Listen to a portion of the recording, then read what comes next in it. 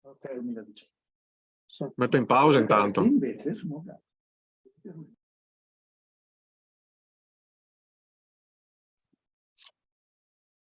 Buonasera a tutti. Iniziamo il nostro incontro, il nostro evento dal titolo Gas refrigeranti, riciclo e rigenerazione.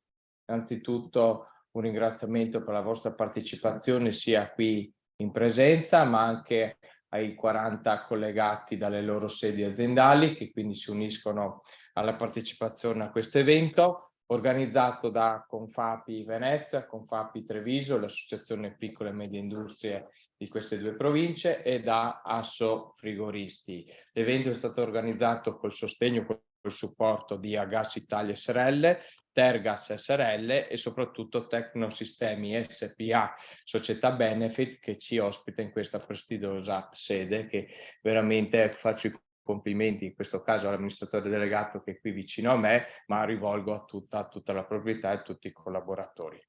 Il nostro incontro è strutturato su 3 sessioni. Dopo una prima parte di saluti ci sarà una sessione dedicata alla transizione ecologica, una seconda alla situazione del mercato dei gas refrigeranti ed una terza recupero, rigenerazione e smaltimento dei gas fluorurati. Al termine sarà possibile porre quesiti, richieste di chiarimento, informazioni ai nostri numerosi e prestigiosi relatori. Per coloro che ci seguono da distanza ci sarà possibilità di inserire i quesiti in chat e daremo loro risposta. Ricordo che stiamo anche registrando l'appuntamento perché per coloro che fossero stati impossibilitati a esserci quest'oggi daremo loro possibilità di seguirsi l'appuntamento. Passo la parola al presidente di Asso Frigoristi, Fabio Brondolin, per un saluto iniziale. Buongiorno a tutti, sono appunto Fabio Brondolin e sono il presidente di Asso Frigoristi. Asso Frigoristi è l'associazione di categoria che ha il compito di tutelare il frigorista. Oggi parliamo di gas refrigeranti, il riciclo e la rigenerazione, che è un tema importantissimo per noi. Ci ha visto coinvolti in più platee proprio per ribadire le corrette procedure da tenere per svolgere questa operazione nel modo più corretto possibile, per evitare di incorrere in sanzioni oppure in contestazioni da parte del cliente. Asso Frigoristi conta poco più di 500 aziende associate, per lo più al nord Italia, e la nostra missione è quella di portare competenza a tutto il settore. Parlo di competenza che vuol dire anche etica, perché riciclare e rigenerare vuol dire avere delle competenze e anche una sensibilità ambientale che deve essere di un livello molto elevato. Se non partiamo da questo presupposto, tutto quello che ci stiamo dicendo, transizione ecologica, riduzione delle emissioni di CO2 in atmosfera, valgono poco. Non voglio togliere tempo ai relatori perché avranno sicuramente qualcosa di più importante di me da dire e passo la parola a Nicola. Grazie al Presidente Brondolin, sicuramente dei temi però che sono il fil rouge di tutto quello che sarà discusso questa sera e mi dà il gancio anche a dare la parola all'amministratore delegato, dottoressa Anna Munari di Tecnosistemi SPA, società benefit e ci tengo a ribadire società benefit. Prego, dottoressa. Grazie. Ok. Innanzitutto buonasera a tutti, grazie davvero della vostra presenza. Abbiamo colto con interesse la proposta perché, come dicevo prima, con qualcuno di voi, creare sinergia, creare legami con il territorio, fuori dal territorio, su temi che ci riguardano tutti indistintamente, è un percorso virtuoso che richiede tanta energia e che deve portare a un cambiamento culturale, a un cambiamento e a un recupero dei valori, molti dei quali magari nei momenti di maggior benessere economico abbiamo in qualche modo così dato per scontati, ma che poi quando arrivano i momenti di difficoltà, di crisi, i ripensamenti e il pensare a come possiamo fare business bene per la società, per i nostri figli, per chi ci seguirà e per il nostro pianeta, diventa un senso grande di responsabilità e vorrei dire quasi un obbligo. E potrei raccontare dal lontano 1993 in cui questa azienda nasce e di cui con orgoglio oggi sono amministratore delegato, non lo sono però da sola, direi che sulla sedia insieme a me c'è tutto il team dei valori e delle persone, delle risorse che nel passato ed oggi hanno fatto l'azienda che oggi siamo. Presente sul territorio nazionale con una fitta rete vendita, presente anche sul mercato estero, sempre più con i temi della sostenibilità come, diciamo così, canovaccio da cui partire per andare a parlare di prodotto. Per cui quando noi ci presentiamo al nostro cliente stiamo portando avanti la cultura che non vogliamo solo parlare del nostro catalogo, dei nostri prodotti, ma di noi, dei nostri valori, di quello che questa azienda rappresenta con la sua progettualità. Sì, perché questa azienda è un progetto, nasce come un progetto quasi ormai 30 anni fa ed oggi direi che siamo in divenire un progetto che sta presentando al mercato, ai nostri stakeholder interni ed esterni, interessanti tematiche. L'azienda è diventata nel suo percorso società benefit il 28 giugno del 2021, quindi già un anno fa, un anno e mezzo fa, e diciamo che a quella data abbiamo solo dato ufficialità ad un percorso che di fatto avevamo già iniziato a fare con concretezza e con coerenza. Quindi non è stato altro che un momento in cui abbiamo deciso che era giusto metterci la faccia per dire che tutto quello che avevamo fatto fino a quel momento potevamo anche scriverlo nel nostro statuto e andare ad così venderlo insieme ai nostri valori e alle nostre persone. I progetti in questo senso sono tanti, sono iniziati, come dicevo, molti anni fa, riguardano il sociale, i nostri contesti locali, ma riguardano anche l'attenzione alle persone diverse da noi, riguardano l'attenzione alla salute dei nostri dipendenti e riguardano poi la cultura dell'economia e la cultura dell'industria, perché si può fare industria, si può fare innovazione essendo benefit.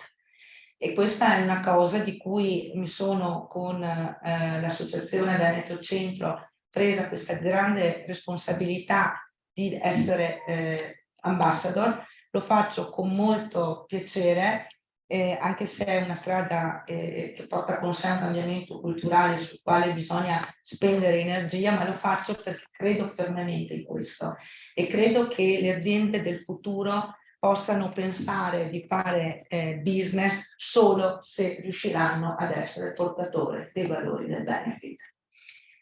Io adesso non mi dilungo perché vi potrei raccontare molto di noi, perché abbiamo molto da raccontare, però lascerei la parola al direttore di stabilimento, alla direzione operation di questa azienda, non voglio togliere il ruolo a Nicola, me lo perdoni, ma per dare il là a chi poi vi racconterà quello che concretamente noi siamo riusciti a fare. Noi non siamo un'azienda a cui diamo troppo spazio a quello che facciamo, lo facciamo prima, lo raccontiamo dopo. Abbiamo deciso che questa è la strada che ci piace di più, fare e poi dire che abbiamo fatto. In questi anni, e qui verremo tutti chiamati anche questo per un valore di coerenza, tanti hanno detto di aver fatto e non hanno fatto. Noi facciamo e poi diciamo. Quindi quello che vi raccontiamo è quello che abbiamo fatto. Quello che faremo, io spero di avere altre occasioni per poterlo raccontare a questa platea, che ringrazio, e lascio la parola. Quindi Nicola, grazie. Beh, grazie, un applauso anche al percorso che avete fatto e state facendo. Io la prendo in parola e quindi sicuramente ci saranno altri appuntamenti come questo, per cui potrà essere l'occasione di tenerci aggiornati sugli sviluppi. Grazie quindi all'amministratore delegato, alla dottoressa Anna Munari e al presidente di Assofrigoristi Nazionale, dottor Brondolin. Ecco qui con me quindi il direttore operativo di Tecnosistemi SPA, dottor Christian De Mar. Prego. Salve, buonasera a tutti, sono Cristiano De Mar, direzione operation di Tecnosistemi. Rinnovo anch'io il mio benvenuto a tutti voi qui alla nostra sede. Oggi vi parlerò pochi minuti del nostro percorso di sostenibilità. La svolta è: siamo diventati società benefit. Una svolta importante che vuol dire prendere consapevolezza di quello che si vuole fare, coerenza con quello che si dice di fare e concretizzare poi le idee. Ci siamo focalizzati sul tema del riciclo come principale obiettivo. Noi produciamo moltissima plastica, abbiamo 10 macchine per la produzione e stampaggio della plastica, abbiamo 5 corrugatori, abbiamo tutta una serie di impianti che lavorano la plastica. Avevamo un conferimento molto importante di scarti di PVC che vengono portati via banalmente e finivano probabilmente in una discarica, in un inceneritore. Ci siamo focalizzati lì. Abbiamo fatto un'analisi, abbiamo individuato una soluzione tecnica con una linea di macinatura dedicata e siamo partiti con questo progetto che ha avuto diverse complessità, ma oggi, con orgoglio lo dico, siamo riusciti a portare a casa un risultato che vede questo primo anno di passaggio, macinando ben circa 40.000 kg di PVC. PVC che sarebbe finito in discarica, PVC che invece oggi rientra al 100% all'interno del processo produttivo dell'azienda. È un piccolo passo che segna un grande cambiamento.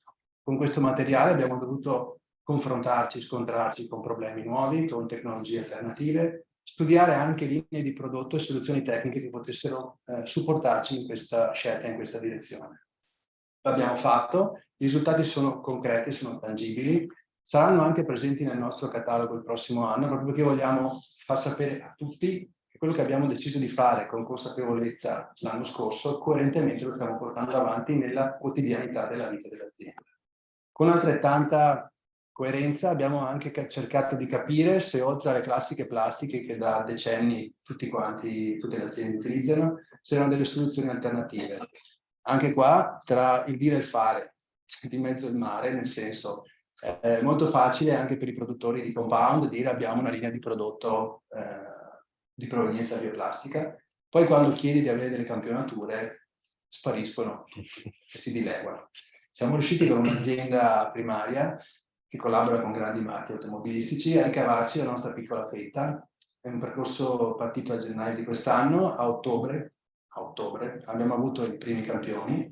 Adesso stiamo iniziando a stampare i primi particolari con questa bioplastica, una bioplastica di origine vegetale, giusto per raccontarvi che parte dalla canna da zucchero, il tipo di coltura che ha meno richieste dal punto di vista di acqua e di cure e di trattamenti. Quindi una vegetale che si presta già all'origine a questo tipo di impatto. Stiamo provando, abbiamo aperto un filone che ci ha visto aumentare anche la nostra consapevolezza che oltre al materiale vergine si possono anche utilizzare i materiali riciclati, quindi senza andare ad attingere ogni volta a fonti nuove, ma recuperando quello che c'è sul mercato. Attorno a noi c'è un crescendo di aziende che si stanno affacciando in quest'ultimo periodo dell'anno, nei prossimi anni, che stanno cercando di approcciare questo mondo con questa chiave di lettura. Ultimo tema, e poi non voglio portare via altro tempo, riguarda quello che è la visione che abbiamo all'interno del nostro stabilimento di produzione. Stiamo introducendo moltissima tecnologia nei comparti più disparati, dal metallo alla plastica, alla colimentazione delle innovazioni, eccetera. Lo facciamo con una nuova consapevolezza. Non si acquista solo la macchina figlia della soluzione tecnica che vogliamo, ma si acquista la macchina che sul mercato mi dà anche le migliori garanzie di performance e l'ottimizzazione dei consumi. Banalmente oggi chi produce questo tipo di impianti ti dà la produzione oraria e anche il consumo orario in kilowattora. Sono visioni molto moderne, molto fresche, frutto di questi ultimi anni. Noi stiamo approcciando questa tecnologia assieme a tutto un percorso di sviluppo che stiamo facendo, perché all'interno del stabilimento sono stati prodotti un magazzino automatico molto importante con 4 mini load e 30.000 unità di carico, 30.000 cassette che vengono movimentate all'interno dello stabilimento per servire sia il mondo spedizione che il mondo produzione. Quindi tutte sfide molto grandi, molto ambiziose, molto importanti, ma hanno un solo obiettivo, ovviamente, quello di soddisfare il cliente, la domanda e mantenere standard qualitativi molto alti. Aggiungo un ultimo dettaglio, non meno trascurabile. questa grande tecnologia portata all'interno dell'azienda e questa automatizzazione molto spinta che stiamo portando avanti non ha mandato a casa nessuno, anzi abbiamo alzato il livello di tutti. Quindi abbiamo smarcato anche quel credo per cui molta automatizzazione vuol dire lasciare a casa persone, non è rimasto a casa nessuno. Abbiamo preso tutte le persone che prima facevano un certo tipo di lavoro, abbiamo portato a fare un lavoro con un contenuto ed un valore aggiunto molto più alto di prima. Questo poi si ripercuote in maniera molto positiva all'interno di tutta l'organizzazione del processo produttivo, perché permette ad ognuno di sentirsi partecipe e parte integrante di questo grande progetto che è appunto Tecnosistemi. Grazie. Beh, complimenti e soprattutto ribadire il concetto che automazione non vuol dire ridurre la forza lavoro, anzi valorizzarla, probabilmente rendere ancora più appetibile, più interessante per le giovani generazioni che vedono l'automazione la possibilità di esplicare meglio e realizzare quelli che sono anche il frutto dei loro studi. Abbiamo adesso un breve video prima di passare al prossimo intervento da far partire.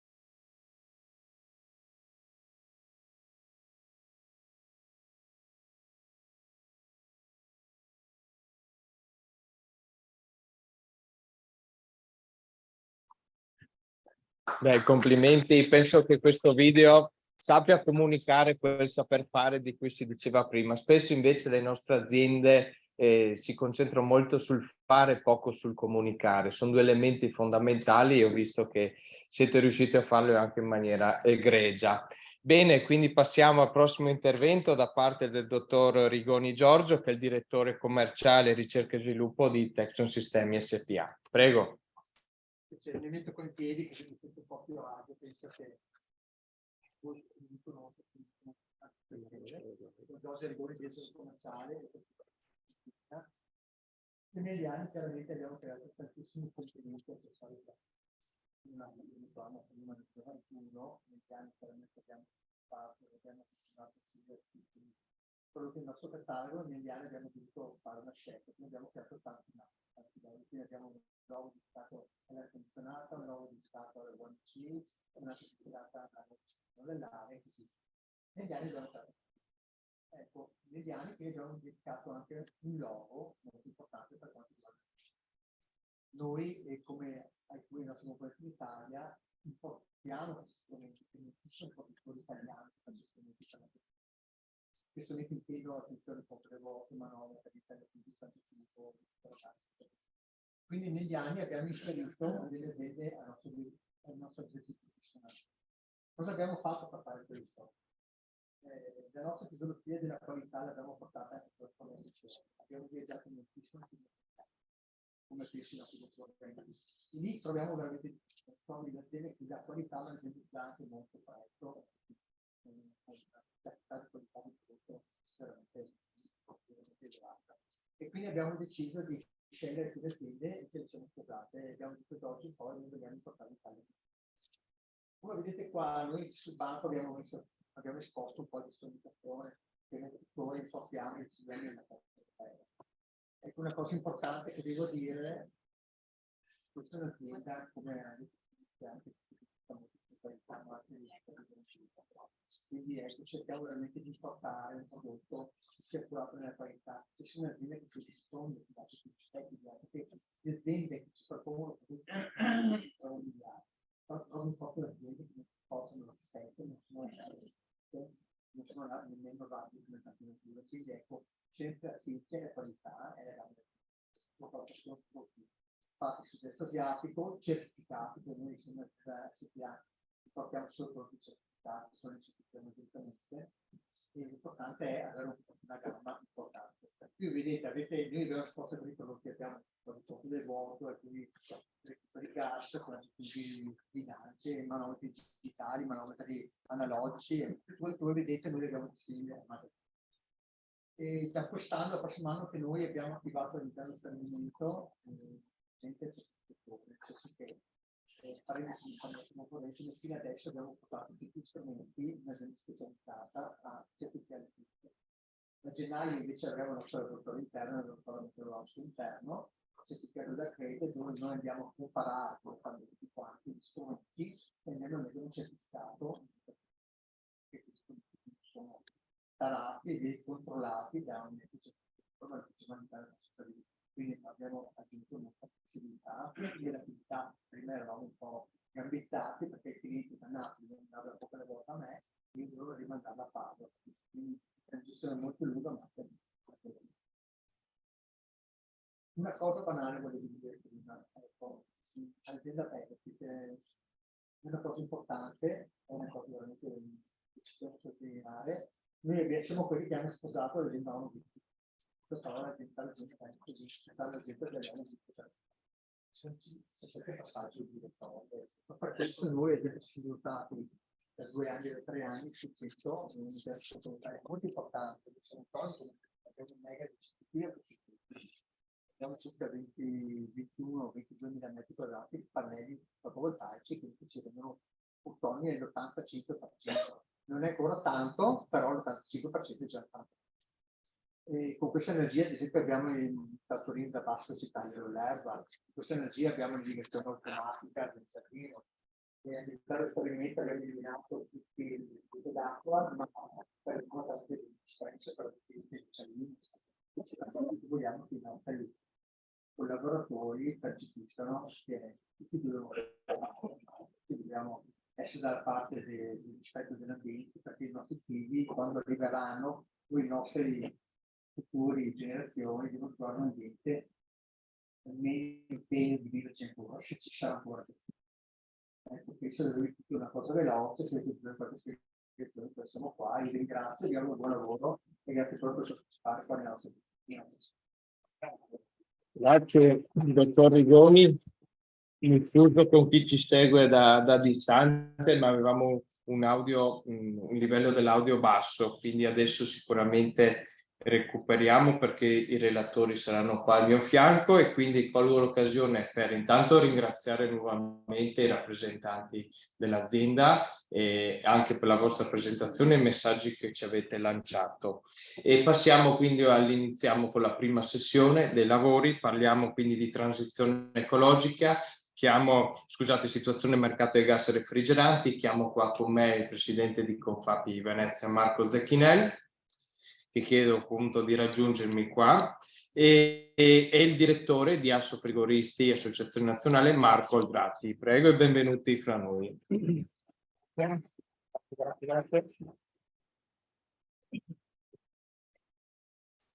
Bene, quindi adesso iniziamo quindi la nostra sessione e partiamo da questo tema. Allora, regolamento UE 517 del 2014 attualmente in vigore, che appunto norma l'utilizzo dei gas refrigeranti fluorurati.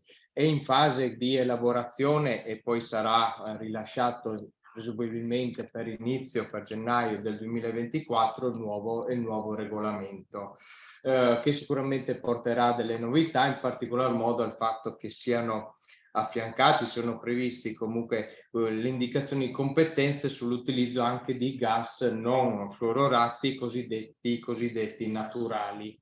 Ecco, quindi questo è il quadro di riferimento. Parto quindi dal presidente e dal direttore Oldratti di Assofrigoristi. Quindi questa situazione quali opportunità e quali situazioni ci pone di fronte? Ma innanzitutto si pone di fronte ad un panorama, innanzitutto si pone di fronte a un panorama che in fin dei conti ci è stato in qualche modo descritto già in maniera filosofica da chi ci ha preceduto, parlando della modalità con cui Tecnosistemi sta affrontando il presente e il futuro. E cioè ci vede in qualche modo dotati di soluzioni che vengono dalla tradizione, chiamiamola così, della sintesi chimica e quindi dei brevetti, una situazione che vede la produzione di gas denominati abitualmente HFC o HFO di nuova generazione fluorurati, e che è affiancata sempre più intensamente da delle soluzioni che definiamo alternative. Qualcuno le chiama naturali, preferiamo chiamarle non brevettate o alternative, perché in fin dei conti passano comunque per una lavorazione industriale.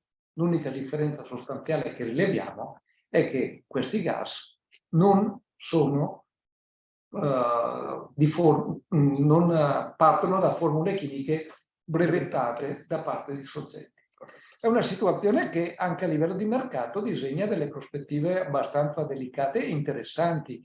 E guardo Marco Zecchinel proprio perché il suo occhio di monitoraggio anche sugli aspetti di mercato è un aspetto che è utile che teniamo in considerazione, perché in fin dei conti si tratta di beni e servizi. Sono tre grandi categorie di gas. Noi peraltro come Tergas siamo una società che è detentrice di quote di import, e quindi quote di import che vengono spese sugli HFC e gli HFO, che sono appunto i cosiddetti gas tradizionali che tutti conosciamo, che sono usciti da brevetto, oppure appunto si tratta di gas brevettati dalle principali major chimiche internazionali.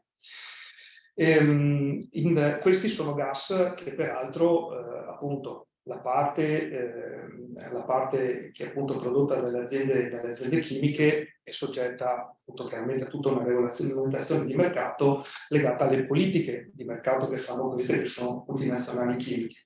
Politiche commerciali di un operatore di mercato. Politiche commerciali che hanno portato a dinamiche particolari, come quella che molti di voi conosceranno nel 2018, perché tanti purtroppo hanno dovuto mettere pesantemente in mano il portafoglio per comprare gas, quindi rimane ancora l'incubo di tanti installatori e impiantisti, oltre che naturalmente frigoristi. Teniamo presente che questi sono tutti gas che poi sono soggetti alla normativa relativa al phase down, quindi sono prodotti che sono soggetti negli anni, sulla base del GVP di riferimento, comunque all'uscita. E quindi poi qui si collegherà poi tutto il ragionamento che faremo poi sui gas refrigeranti.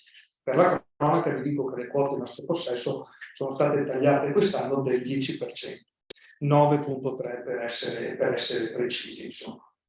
Quindi un taglio che percentualmente può definirsi importante, non è in grado di sconvolgere le dinamiche del mercato dei gas refrigeranti, però comunque insomma è precondizionamento, ma comunque insomma è già un indicatore. Vi sono poi gli idrocarburi che chiaramente sono legati a tutte le vicende legate ai gas naturali, insomma queste qui ormai sono ampiamente note.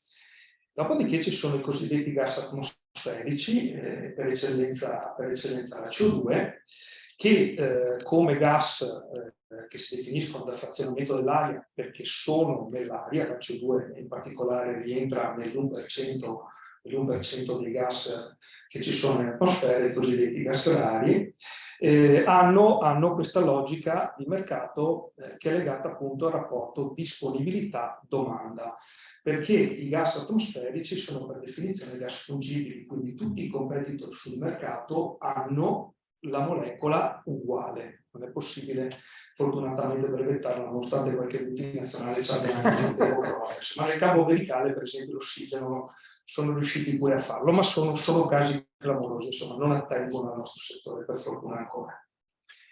Grazie, facciamo un secondo giro. Direttore Oldratti, quali sono i pro e i contro delle differenti alternative? Ma più che pro e contro parliamo di caratteristiche da gestire. La prima caratteristica da gestire ce l'ha posta davanti il regolamento 517, si chiama l'impatto ambientale. Ma oggi come oggi l'impatto ambientale è solo una delle caratteristiche, un'altra lo contestimoniano gli sforzi, per esempio, che Tecnosistemi fa per essere indipendente dal punto di vista energetico, riguarda l'efficienza. Ci troviamo davanti ad una situazione in cui ci sono gas più o meno efficienti. Poi ci sono delle componenti di valutazione di pro e contro legate alla sicurezza, la tossicità, l'infiammabilità. Attualmente sono poche le soluzioni sintetiche, brevettate, disponibili, che resistono alla tendenza ad avere a disposizione refrigeranti lievemente infiammabili o addirittura infiammabili. Di conseguenza dobbiamo tenere conto anche di questa problematica, che richiama ad un'altra problematica, ed è la ragione per cui siamo qui, quella della competenza. Per gestire tutte queste importanti questioni, impatto ambientale, efficienza, tossicità, infiammabilità, serve competenza, serve la capacità di gestire ciò che utilizziamo.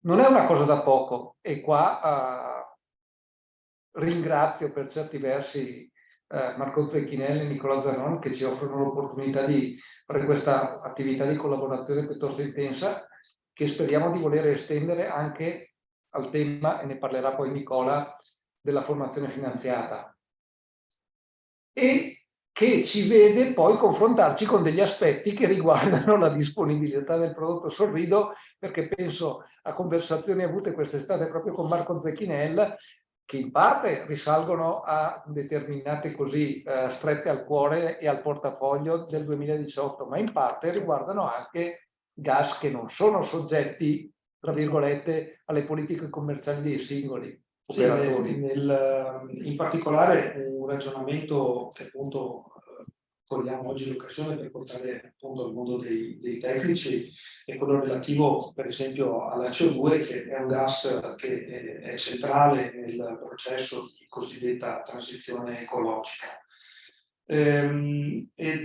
Dobbiamo segnalare, ma noi è una politica che il direttore tecnico di Asso Frigoristi ha fatto da tempo presso i costruttori, ma tanti altri del nostro settore hanno fatto, in relazione a quelle criticità che sono proprie della CO2 come gas, come vi dicevo, atmosferico, ma in realtà, essendo molto poco presente nell'aria, deve essere o estratto da terra, oppure è frutto, sottoprodotto di altre lavorazioni. Questa dinamica ha portato nel tempo un noto shortage durante l'estate, quando chiaramente le acque minerali hanno una forte richiesta di CO2, quindi ormai era un dato sistemico tra noi distributori di gas, ma con i recenti eventi relativi alla guerra, al conflitto Ucraina e Russia, ha determinato un vero e proprio shortage CO2 che ha degli aspetti drammatici e che quindi spinge noi come rivenditori, ma poi anche Asso Frigoristi come associazione di categoria, a lanciare il vero e proprio allarme su questo fronte. Oggi, ne parlavo proprio prima con l'amministratore delegato di Tecnosistemi, oggi sul mercato italiano manca il 30% della CO2. Questo è un dato oggettivo che peraltro è stato anche denunciato da alcune società delle acque minerali, particolarmente Sant'Anna, che non afferisce al sistema di Minerato, quindi ha molta più libertà nel parlarne, però sappiamo per certo che acque minerali importanti come San Benedetto sono addirittura state costrette a ricorrere a cassa integrazione di diversi mesi, oppure player importanti nel campo della saldatura che saldano in CO2, cito in cantiere, hanno fatto innumerevoli ore cassa integrazione proprio per mancanza di CO2. Il problema principale è legato al fatto che la CO2 è sostanzialmente per la gran parte sul mercato europeo sottoprodotto, il principale produttore europeo è BASF, che ce l'ha di derivazione da altri processi chimici, ma in Italia il principale player era Yara a Ferrara. Yara, produttore di fertilizzanti, già quando il prezzo del metano ha cominciato questo rising incredibile, ha interrotto la produzione ad aprile. Da questo momento in poi sul mercato italiano si è determinata una situazione semplicemente drammatica. Quindi il tema che si diceva è pensiamo a valorizzare questi gas che sono tradizionali, gli impianti che già esistono, formiamo le competenze, perché dobbiamo, è il nostro compito anche salvare gli impianti esistenti e salvare anche il sistema dei cosiddetti gas tradizionali, perché le alternative cosiddette ecologiche hanno alcune criticità. Non occorre che sostenere ulteriormente sui cosiddetti idrocarburi, gas considerati naturali, che oggi ci è stata svelata un po' la fiamma, in realtà naturali non sono. Naturali non sono. E cosa facciamo dei gas esistenti attualmente in utilizzo, direttore? Ma qui dobbiamo guardarci dritti negli occhi e parlare un po' di quello che in fin dei conti ci è stato suggerito dalla presentazione dei nostri ospiti Tecnosistemi. Dobbiamo prendere in considerazione la necessità di ridurre il più possibile l'impatto di quello che è già esistente sul mercato. È una necessità, non possiamo farne a meno. Se non vogliamo farlo, scusate la franchezza, per ragioni di ambientalismo, perché non abbiamo particolare simpatia per piuttosto che lo possiamo fare per delle ragioni di efficienza. Per delle ragioni di efficienza che sono legate al fatto che se non trattiamo adeguatamente il gas disponibile già negli impianti, recuperandolo e poi decidendo che cosa farne, ma innanzitutto recuperandolo, oggi ci ritroviamo di fronte al rischio che dobbiamo dire a dei clienti che non abbiamo gas disponibile per mantenere l'impianto in attività e quindi dobbiamo sostituire l'impianto perché non siamo stati capaci di recuperare il gas. Qualcuno un giorno o l'altro potrebbe purtroppo venire a rimproverarci.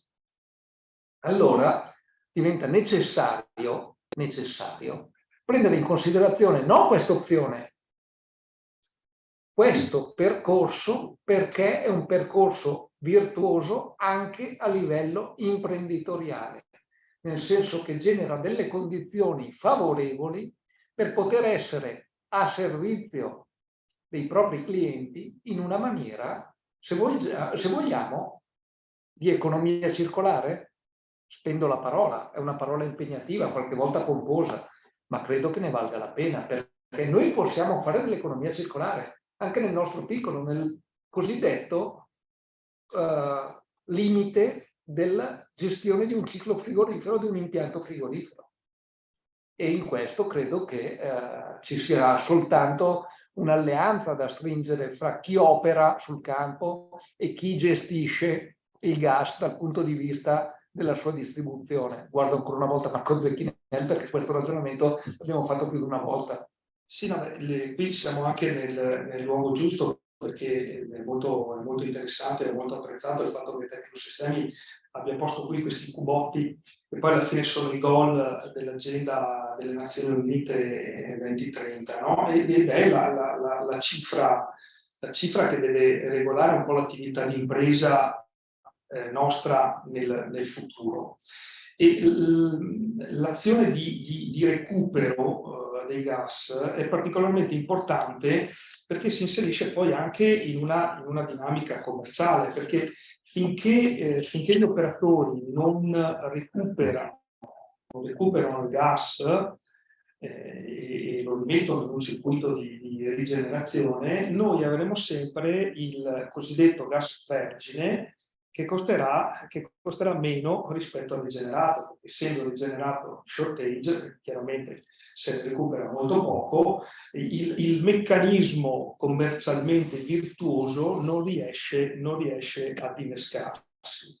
Questo è anche perché alla fine poi purtroppo tutti questi elementi si devono coniugare in un sistema che poi deve anche avere una sostenibilità economica. Però tutto parte dalla decisione consapevole di fare rigenerazione nell'interesse del sistema e in ultima analisi neanche nell'interesse nostro.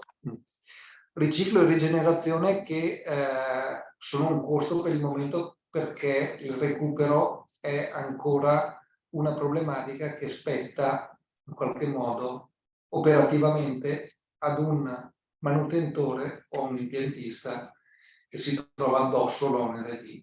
Sappiate, ve lo dico molto chiaramente, che stiamo facendo del nostro meglio per costituire formule organizzative e anche commerciali che permettano di affrontare questa situazione con il minor costo possibile e con il maggiore e corretto sistema di distribuzione dei costi tra chi beneficia del lavoro dell'impianto, chi gestisce l'impianto e chi trae beneficio dal fatto del recupero. Questo lo dico per evitare che stiamo qui a chiedere a tutti di fare i buoni samaritani. No, stiamo parlando degli imprenditori e ne siamo coscienti. Quindi lungi da noi proporvi di fare qualcosa in nome dell'ambiente, punto e basta. Stiamo cercando di creare delle condizioni, e lo stiamo facendo parlando anche con le associazioni di filiera, Assoclima, Assocastecnici, proprio in questa direzione. Però sì, il tema del recupero però è un'operazione win-win, sia sotto un profilo ambientale di rispetto, no, del nostro futuro, del futuro dei nostri figli, ma anche economicamente. Quindi sicuramente è una strada maestra da percorrere. Qualcuno ha evocato la carbon tax spagnola un po' di tempo fa. Non vogliamo correre il rischio che il legislatore ci ponga addirittura l'incubo o lo spauracchio di essere multati per le emissioni, anche se il decreto sanzioni in qualche modo già prelude a questi ragionamenti. Però, signori, guardiamoci dritti negli occhi e cominciamo a pensare che recuperare del gas, smaltirlo correttamente, significa uscire da una logica in cui, per esempio, la comunità europea potrebbe arrivare, a fronte del fatto che manchiamo gli obiettivi di contenimento delle emissioni, a sanzionarci. E una sanzione la paghiamo purtroppo in termini di tasse. Quindi perché recuperare mi sembra già abbastanza scontato da questo punto di vista, ma riciclo a condizione che sappiamo che cosa c'era nell'impianto e quindi che sappiamo dire di un gas, lo spiegherà benissimo Valentino Merzotto dopo di me, qual è la sua caratterizzazione in termini di utilizzo, oppure scegliere di recuperare gas, sottoporlo ad analisi severe e poi ad una prassi di rigenerazione attraverso operatori specializzati, sono operazioni che costituiscono la possibilità di rigenerare, giusto per continuare ad utilizzare la stessa parola, un proprio magazzino che va a beneficio delle proprie attività. Non dimentichiamocelo questo, perché il gas recuperato, riciclato, rigenerato è gas che torna a disposizione del mercato. quindi torna a disposizione di coloro che ne hanno bisogno per lavorare su impianti esistenti. Lo dico in una maniera molto ferma. Durante i primi 6 mesi di quest'anno sono state vendute 250 tonnellate di R404A vergine. Sappiamo perfettamente che dal 1° gennaio del 2020 questo gas potrebbe essere utilizzato soltanto in impianti con carica massima di 10 kg. Le operazioni di matematica le lascio fare a voi. Credo di essere stato piuttosto chiaro. Un messaggio chiarissimo, direttore Oldrati, e con questo mi date là per la terza sessione, che è recupero, rigenerazione e smaltimento del gas fluororato. Grazie per questo confronto a Marco Zecchinel, presidente del Confappi Venezia e amministratore delegato di Tergas S.r.l. e al direttore di Asso Frigoristi Marco Oldrati. Chiamo qui con me adesso i prossimi 2 relatori, chiedo di affiancarmi qua, ma poi vi lascio il controllo del computer per le vostre slide. Chiamo qua Samuele Barilli, delegato di Agas Italia S.r.l. benvenuto Samuele, e il Verzotto Valentino, comitato tecnico scientifico di Asso Frigoristi. Vi chiederei di mettervi proprio, magari io mi sposto io e vi lascio quindi il controllo delle slide per le vostre presentazioni.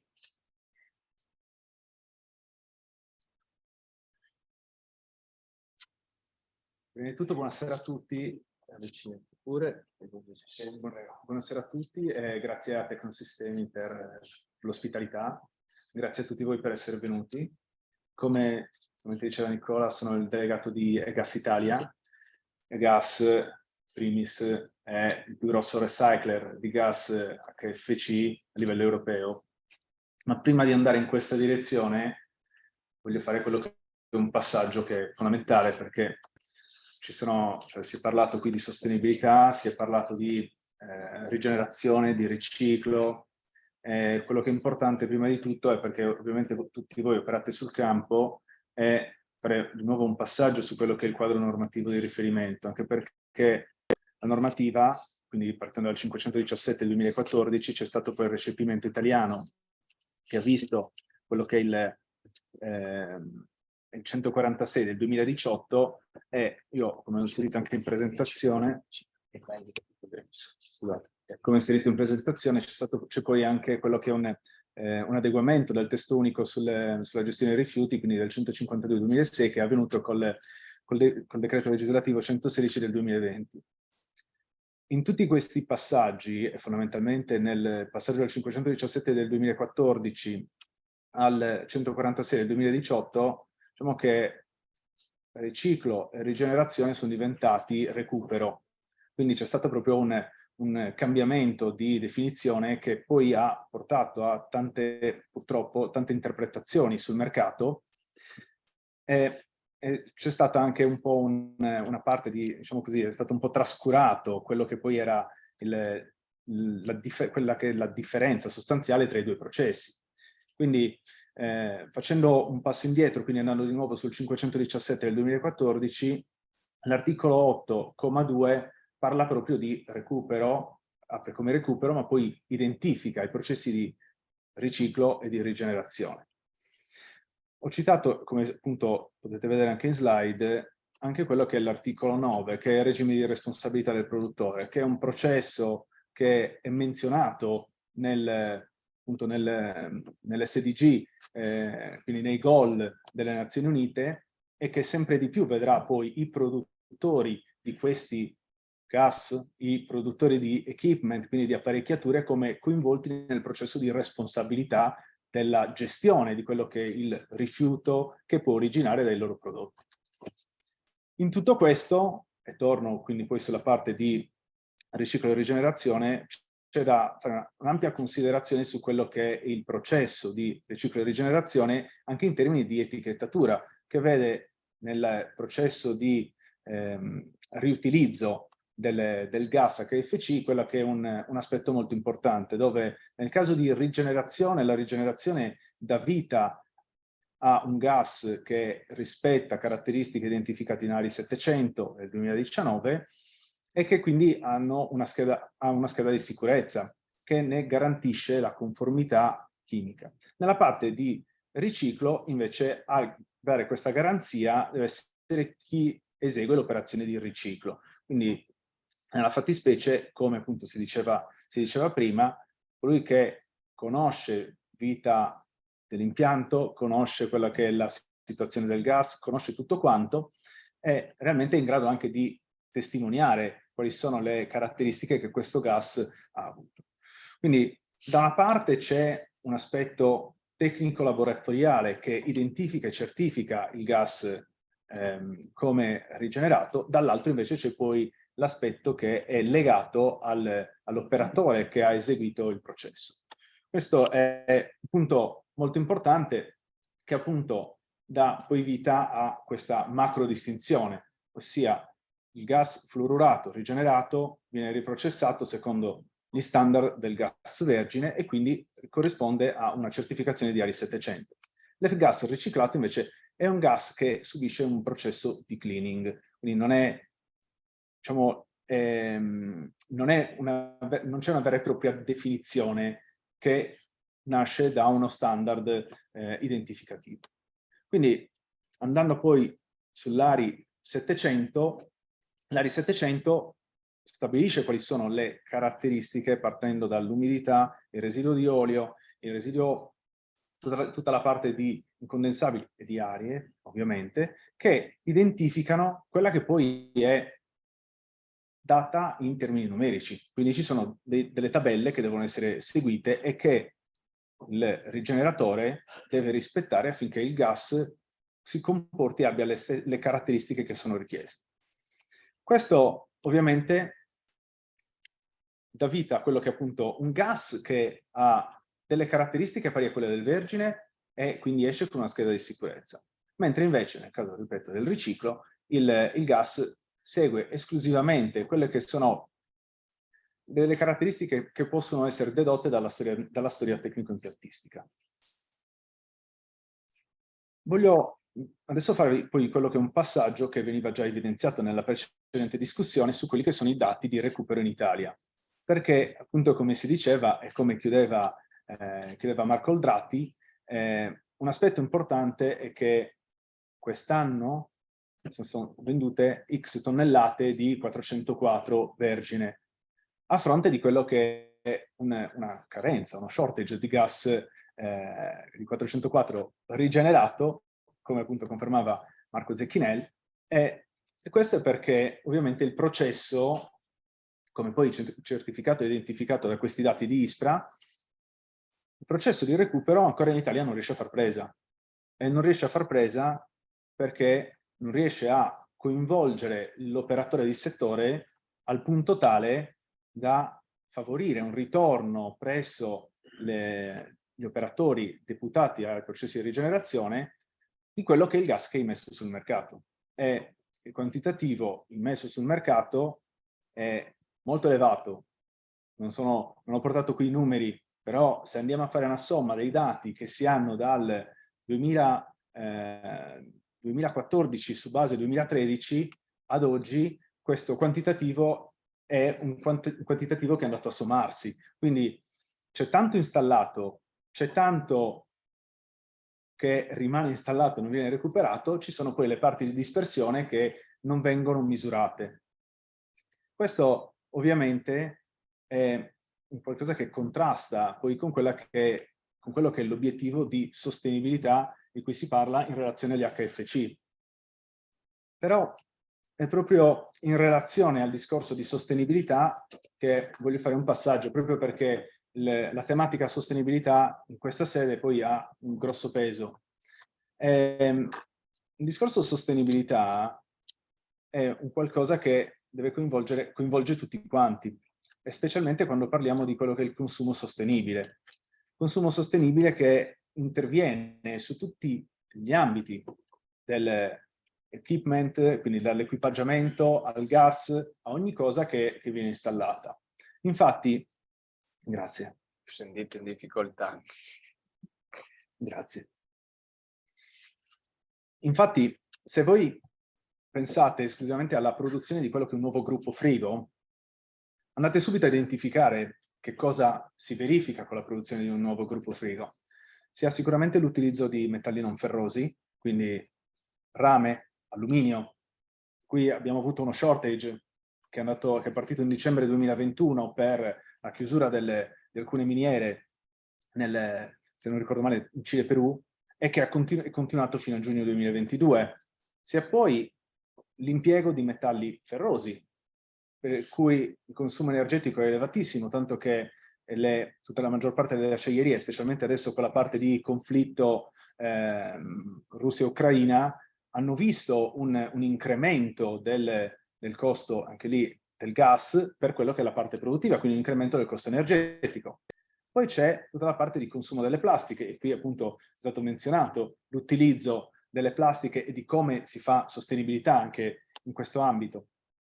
E poi arriviamo a quello che è la parte delle terre rare e dei metalli preziosi che, ripeto, c'è uno shortage che è prolungato, che continua ad essere in piedi e che ovviamente va a riguardare tutta quella che è la parte di elettronica dell'equipaggiamento e che purtroppo determina quello che è un sovraccosto per l'eventuale nuovo prodotto.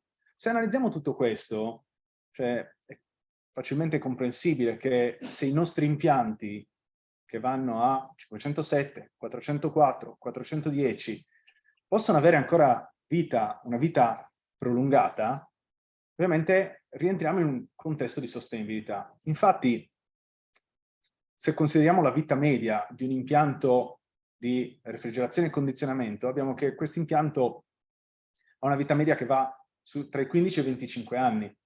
Questo vuol dire che se partiamo dal dato di utilizzo e di installazione di quelli che sono stati i gas come 507 e 404 che sono subentrati col phase out dell'R22, stiamo parlando di installazioni che sono avvenute circa nel 2013, 2014. Quindi vuol dire che questi impianti hanno ancora tanta vita davanti, perché realmente stiamo parlando di 15 anni di vita media, vuol dire che sono impianti che perlomeno fino al 2028 dovrebbero rimanere in piedi, dovrebbero essere operativi, se ovviamente c'è stata quella che è un'attenzione e una manutenzione attenta. E questo significa che dal punto di vista della sostenibilità è un nostro compito fare qualcosa e quindi continuare a prolungare quella che è la loro vita, prolungamento che si può eseguire con quello che è il processo di rigenerazione, recupero del gas e reinserimento, trattamento dello stesso per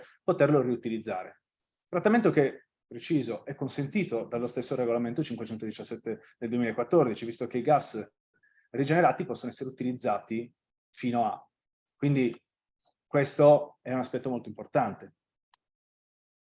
Quindi, in questo senso, ovviamente poi si apre quello che è un po' il problema della gestione del gas HFC usato, che non possiamo definirlo esausto, ma usato, perché come ho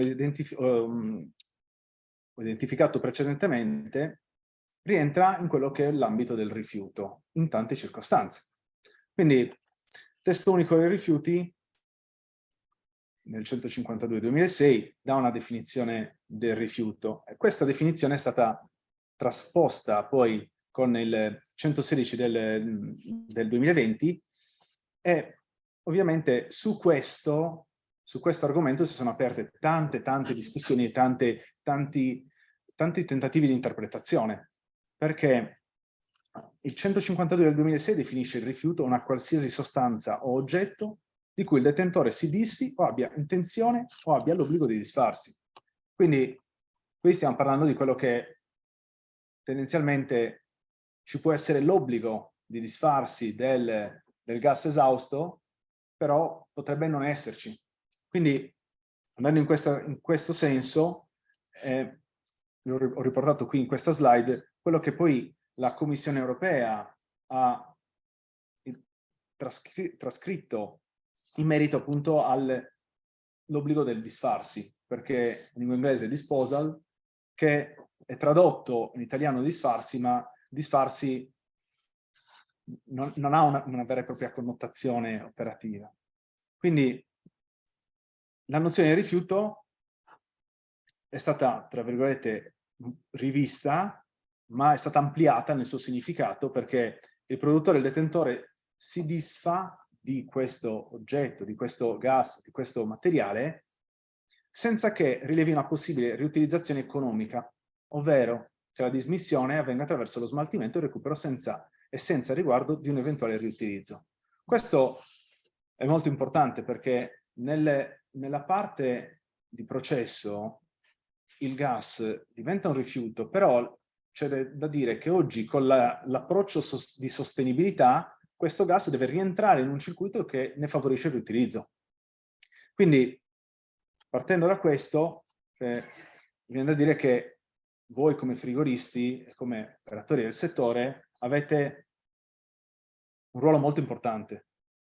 Avete un ruolo molto importante tutto con i vostri clienti, perché siete voi che riuscite a definire quello che è anche il processo di mantenimento dell'impianto e quindi garantite a lui la funzionalità del sistema. Avete poi in capo quella che è la parte di gestione dell'equipaggiamento, dell'apparecchiatura e soprattutto avete un ruolo di responsabilità importante dal lato della sostenibilità, perché favorendo il continuo utilizzo fino a, diciamo, morte dell'impianto, questo vuol dire che siete veramente una parte attiva sull'aspetto della sostenibilità. E l'altro aspetto, non ultimo, è quello che siete voi stessi a identificare qual è, come gestire il gas da avviare o meno a un processo di rigenerazione, riciclo, per estenderne vita e utilizzo e garantirne poi l'applicabilità su quelli che sono altri impianti. Processo che può avvenire appunto con la parte di rigenerazione. Ecco quindi che arrivo a chi è EGAS. EGAS appunto è una realtà internazionale, visto che siamo presenti in 10 paesi, 5 continenti e abbiamo oltre 25 anni di experience su quello che è il mondo del riciclo e rigenerazione. In modo particolare, come azienda, lasciamo Portbou in Inghilterra, dopodiché poi ci spostiamo sul lato USA, quindi negli Stati Uniti, e avviamo tutto quello che è il processo di richiamo, recupero del gas. Da lì si rientra poi in Europa e si amplia e si amplifica questo proprio a partire dal 517 del 2014, sviluppando quella che è la parte di servizi ambientali così definiti, che altro non fanno che intervenire a sostegno del frigorista in tutte quelle che sono le operazioni di riciclo e rigenerazione, o meglio, principalmente rigenerazione, perché questo è quello che noi facciamo. Noi ci occupiamo di riportare a titolo, quindi rendere di nuovo il gas conforme all'ARI 700 del 2019, in modo che voi possiate utilizzarlo. Con la divisione in Italia, Gas Italia SRL, appunto, che ha sede ad Avezzano, provincia dell'Aquila, ci occupiamo di raccogliere e rigenerare tutti i gas HFC, partendo dal 404, 507, 410, 134, al fine di favorire quella che è la longevità di questi prodotti, quindi di garantire di garantirne una vita estesa, in modo che possano essere reintrodotti nel processo di utilizzo. Questo avviene ovviamente seguendo quella che è la dinamica dell'ARI 700, come vi dicevo, e con l'obiettivo di garantirne l'uso fino appunto al 2030. Questo vuol dire che tante delle pompe di calore, chiller, split e gruppi frigo che ad esempio vanno a 410 o 507 potranno continuare a lavorare tranquillamente fino al 2030 se c'è un processo di conferimento del gas verso i processi di rigenerazione che noi abbiamo in atto. Per questo motivo abbiamo creato quello che è un servizio, che chiamiamo Gas Recovery System, lasciatemelo definire così qui, in questa sede, dove supportiamo il frigorista in quello che in questa operazione. e lo supportiamo a tutto tondo, proprio perché vogliamo che ci sia quella che è la miglior soluzione, e che sia una soluzione proprio allineata con col discorso di sostenibilità, ragione per cui ci occupiamo di fornire quello che è un set di bombole dedicato, cioè in funzione delle esigenze del frigorista, provvediamo a ritirare il rifiuto dalla vostra sede, dal vostro punto di ritiro, e qualora abbiate quella che è l'iscrizione alla categoria 2 bis, potrete conferirlo presso uno dei centri partner sul territorio. Ovviamente, affinché questo avvenga, abbiamo previsto di dare quello che è una parte di remunerazione, ossia noi questi gas li rigeneriamo e siamo in grado poi di rimetterli sul mercato. Il fare questo è corretto, ripartire questo vantaggio anche con lo stesso frigorista che ovviamente supporta questo processo.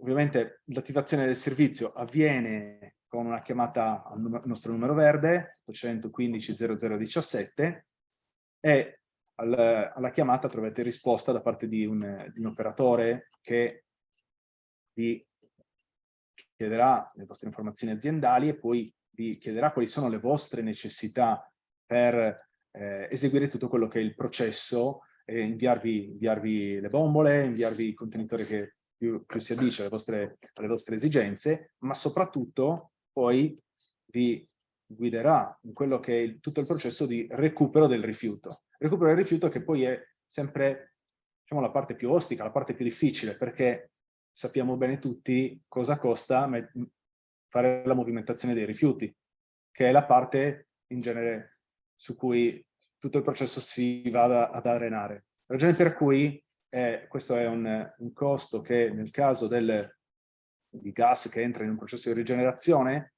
è un costo che in genere è assorbito all'interno dello stesso processo che come gas offriamo. Quindi questo vuol dire che nella maggior parte dei casi non si ha quello che è un costo per la trasmissione del rifiuto presso quello che è il centro. Quindi la parte di recupero non viene fatta.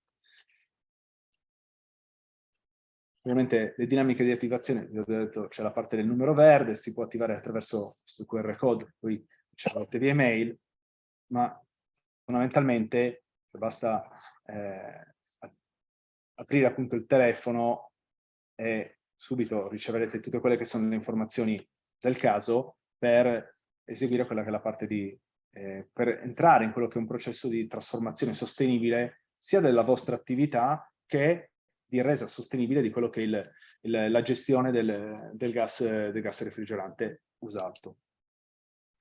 Grazie, un applauso a Samuele Barrilli, delegato Biogas Italia SRL. Chiedo comunque di rimanere qui con noi perché dopo la seconda presentazione potranno esserci quesiti o richieste di informazioni di dettaglio riguardo i temi trattati. Ora parliamo dei gas preo, lo facciamo insieme a Berzotto Valentino del Comitato Tecnico Scientifico di Asso Frigoristi. Prego. Buonasera a tutti. Ringrazio ancora Tecnosistemi e tutti quanti che ci hanno permesso di poter parlare un po' da frigoristi.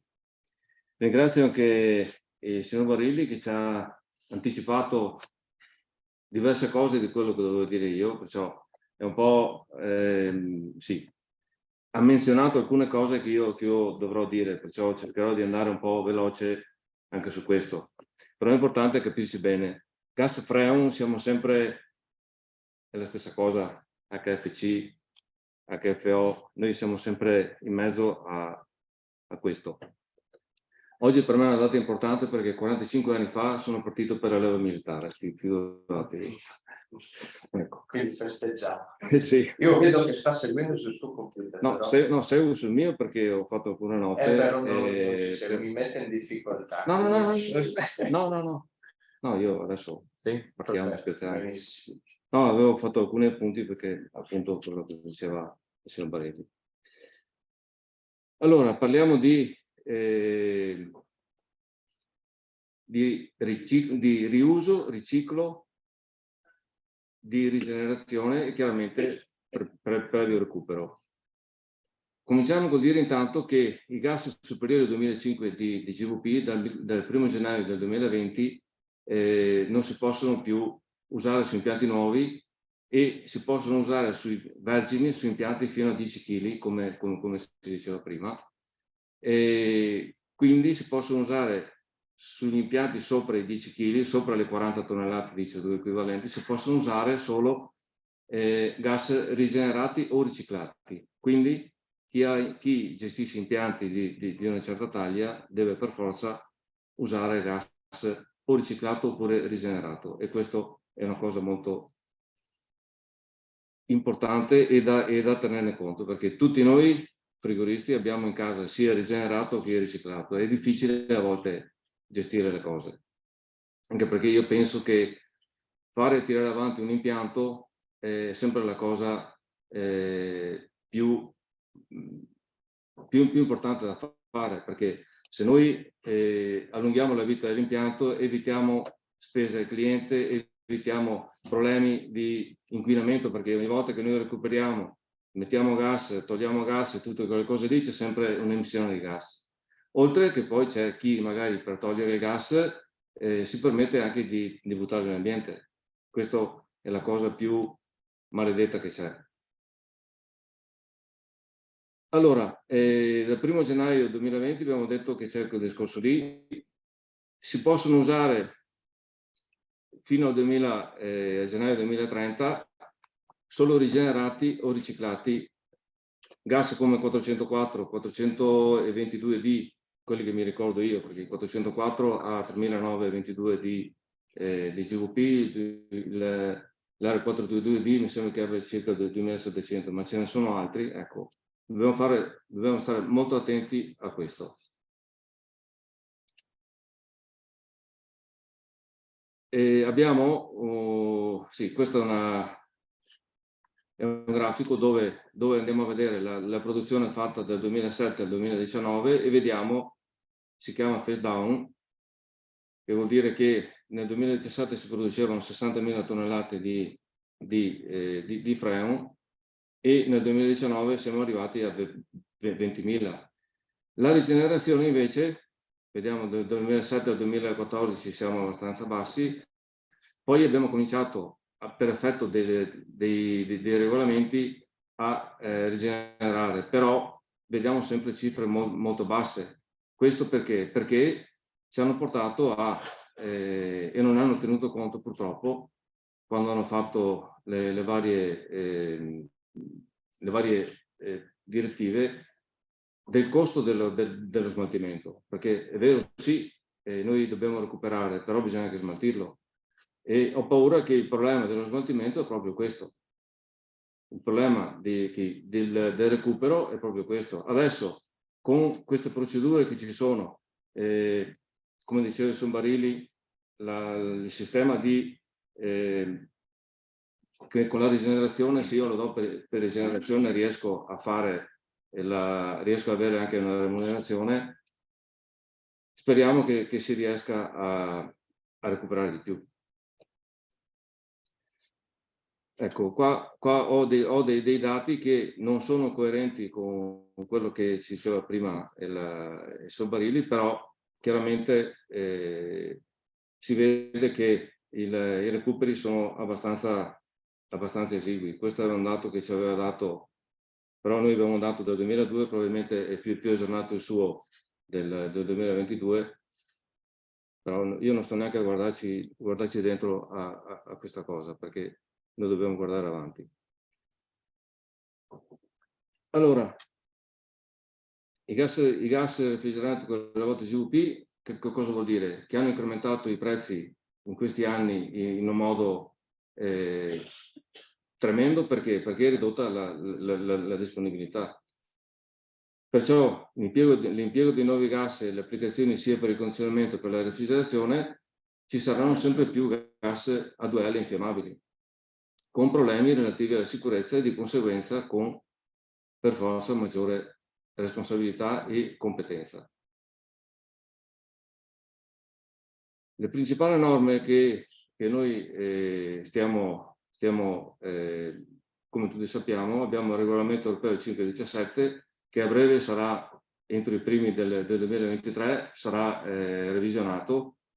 Il regolamento europeo 2067 che ci dice le competenze del 2015, che ci dice le competenze dell'F-Gas, e le leggi italiane con il recepimento dell'842 del 2006, con il DPR 43 del 2012, il recepimento poi del 517 con il 146, attualmente in vigore, del 2018, e il testo unico ambientale 152 del 2006. Questo è quello che detta legge per quanto riguarda i rifiuti nella nostra Italia, insomma. Le norme tecniche di riferimento sono le 3781, perciò è il nostro Vangelo praticamente, che dobbiamo attenerci per quanto riguarda la progettazione, la manutenzione e l'installazione e la dismissione. La 3784, sistema di refrigerazione delle pompe di calore, requisiti per la sicurezza dell'ambiente, conduzione e manutenzione. E la norma volontaria, per quanto riguarda le competenze del personale, la N13313, che è quella che definisce il lavoro del frigorista.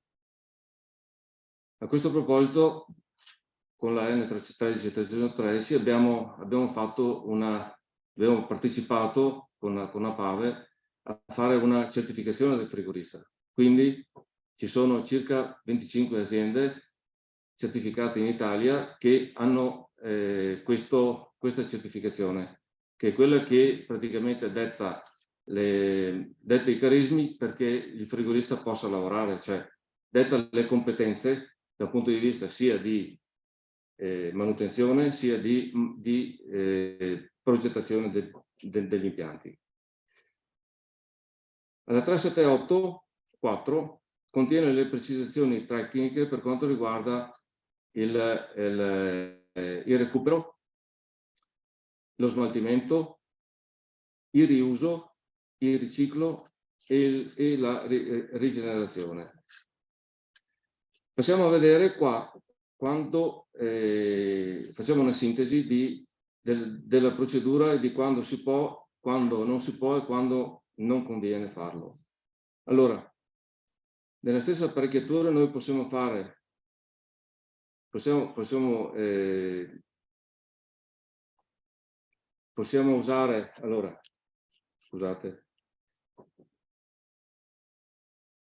il gas recuperato possiamo usarlo nella stessa apparecchiatura se previo controllo di test di acidità e di umidità, e possiamo fare anche il riciclo. La rigenerazione è sempre possibile.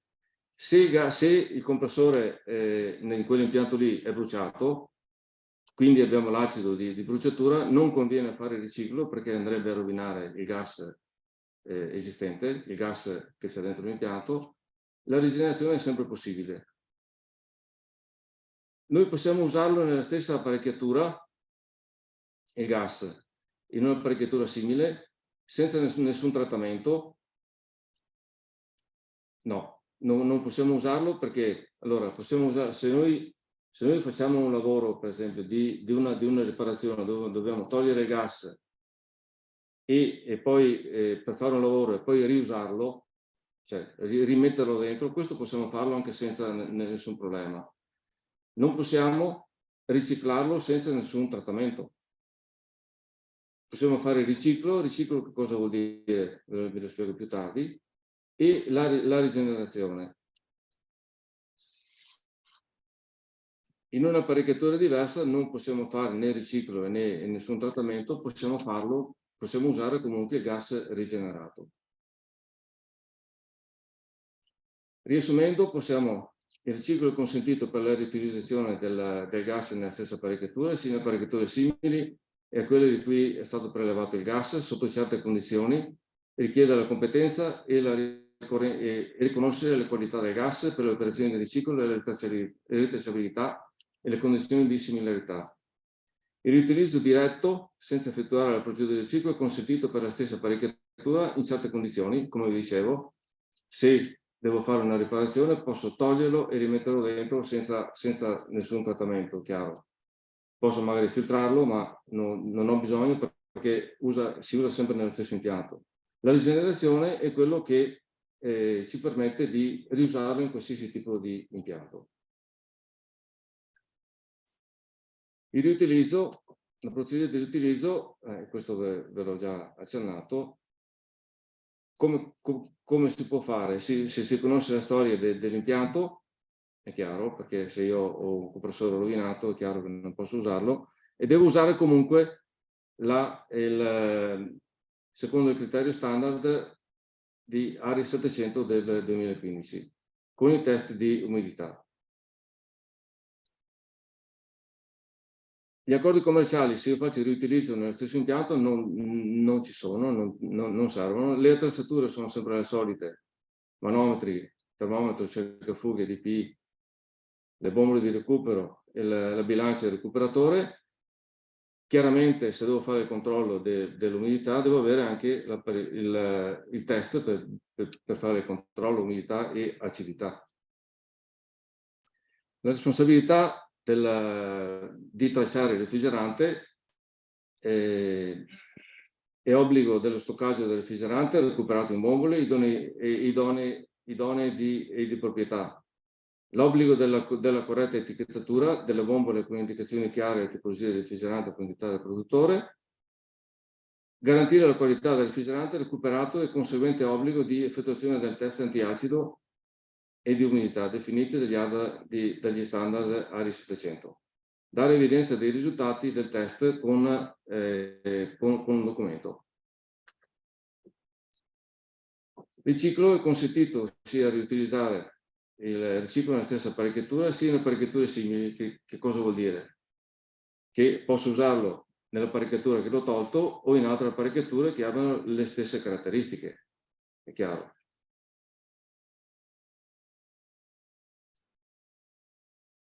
Si può fare anche qui l'impianto che sia manutenzionato, cioè praticamente devo conoscere la storia di quell'impianto. Se ci ho fatto sempre io la manutenzione sono tranquillo, se non ce l'ho fatta lì può essere un problema di pensarci un po'. Comunque lo vediamo chiaramente da come sta lavorando l'impianto. Se lavora perfettamente da un punto di vista di surriscaldamento, sovraffreddamento e dà la resa che serve, supponiamo che il gas sia anche a posto, però è sempre una responsabilità nostra. Le attrezzature per il riciclaggio e il recupero devono essere conformi alla ISO 11650. Praticamente la costruzione dei recuperatori sono fatti secondo questa ISO. La storia del refrigerante dell'impianto che sia nota è la messa in servizio con il suo libretto di impianto.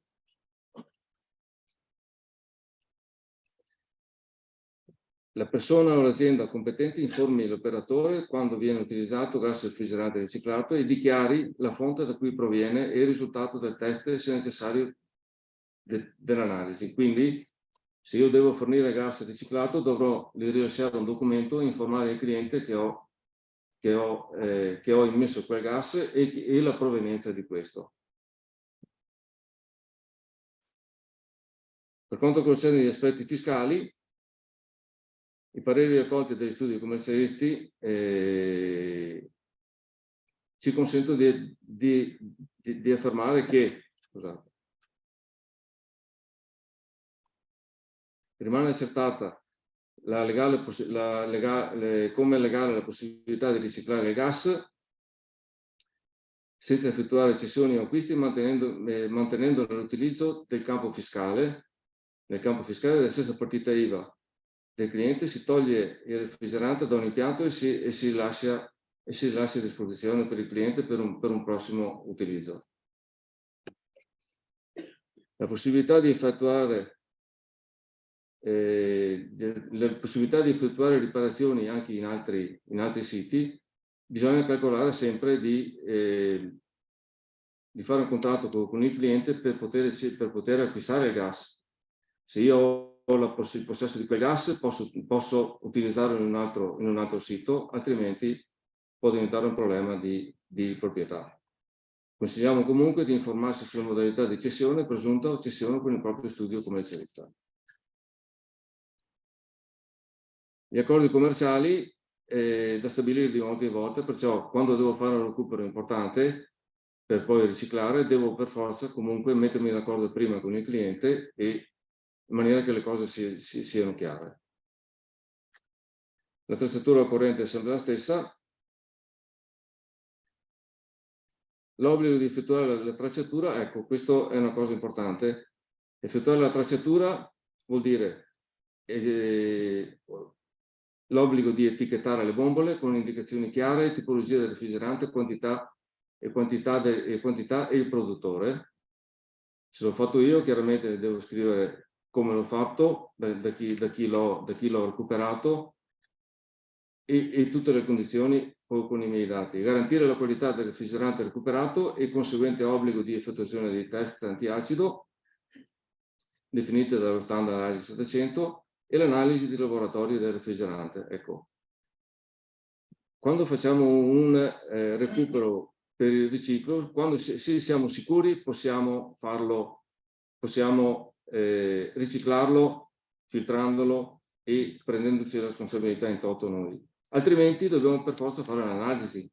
Quando abbiamo quantità importanti è meglio fare un'analisi, si manda un campione ad analizzare e questo ci rende tranquilli dal punto di vista della qualità di quel refrigerante. La rigenerazione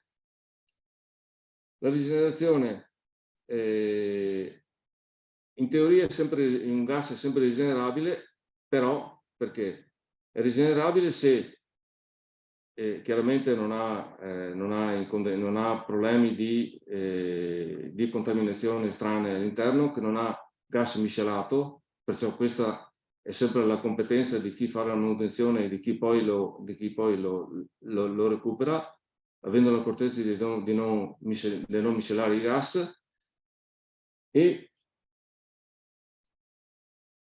e la competenza poi di tutto il lavoro. Gli aspetti commerciali, a rispetto di questo, quasi tutti i maggiori distributori italiani, come ci diceva appunto il signor Barile prima, hanno cominciato a rigenerare il gas, quindi finalmente, diciamo, il frigorista può avere un po' di, come si può dire, non c'è più quel problema lì di andare a smaltire il gas, però rigenerandolo, cioè se noi diamo il gas rigenerato in modo, come si può dire, recuperato in modo giusto, riusciamo anche un utile su quello che facciamo. Questo dovrebbe incentivarci a recuperare il gas e affidarlo e rigenerarlo. Le attrezzature occorrenti per fare il lavoro sono sempre le stesse. Il refrigerante viene sempre trattato, anche se lo mando in rigenerazione, come un rifiuto attraverso il DLGS 152 del 2006. Ricordiamo che le aziende che effettuano attività di installazione, assistenza e manutenzione di attività simili sono obbligate per legge a conferire i rifiuti speciali, cioè tutti i rifiuti non gestiti dal servizio pubblico, quindi è un gas, cioè è un rifiuto speciale, è un rifiuto pericoloso. I rifiuti pericolosi vanno gestiti, noi sappiamo, noi ci diamo un pensiero perché costano molto i trasporti, costa molto gestire questa cosa. Nel caso in cui si voglia spostare il rifiuto dal luogo di produzione dello stesso cantiere, è obbligo di iscriversi all'albo gestori ambientali e di avere l'autorizzazione al trasporto dei rifiuti pericolosi fino a 30 kg. Cioè, fino a 30 kg noi possiamo trasportare il nostro rifiuto fino alla nostra sede oppure fino al più vicino centro di smaltimento. Chiaramente bisogna sempre fare un documento relativo a questo. Lo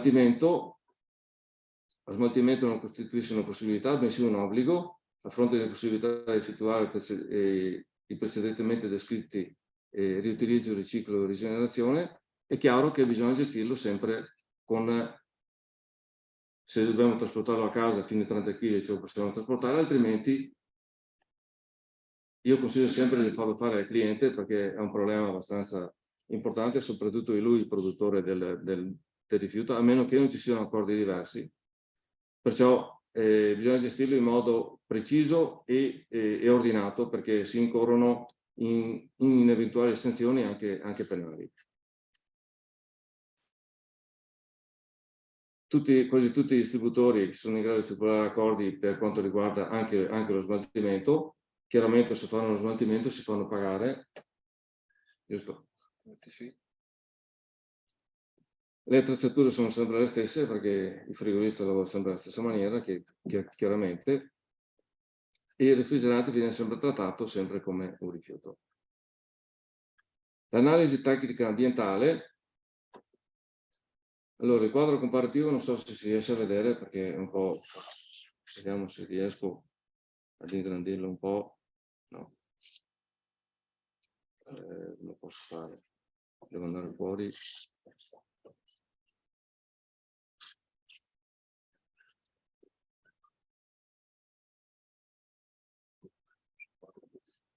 Allora, il quadro comparativo è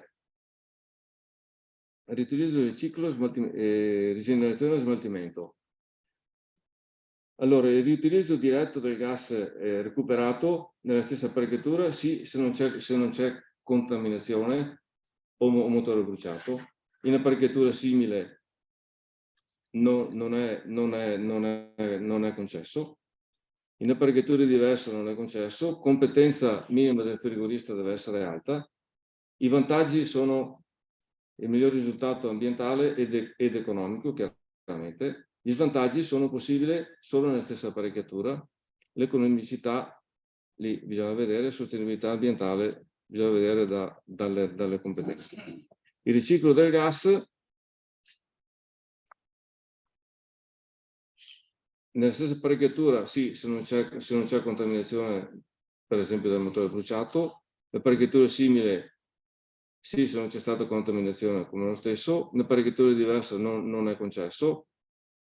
La competenza deve essere sempre alta. I vantaggi è un buon risultato anche economico.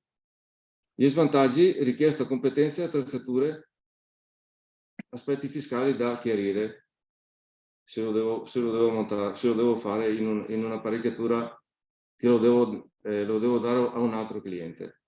La rigenerazione del gas recuperato e la sua sostituzione con gas rigenerato o vergine. Nella stessa apparecchiatura sì, nell'apparecchiatura simile sì.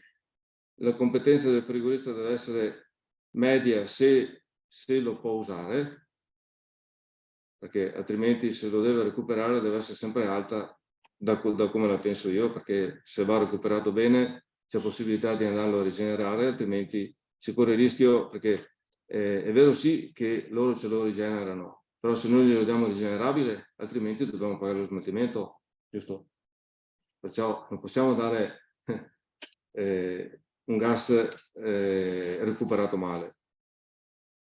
I vantaggi della soluzione universale come alternativa allo smaltimento. Gli svantaggi la necessità di accordi commerciali, questo è chiaro.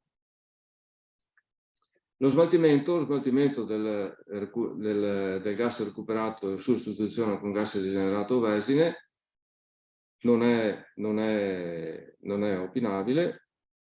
Smaltimento basta solo andare a pagare. Il risultato economico, il risultato ambientale è probabilmente alto, ma economico molto basso. Basso anche ambientale. Sì, basso ambientale perché c'è sempre dispersione, chiaro.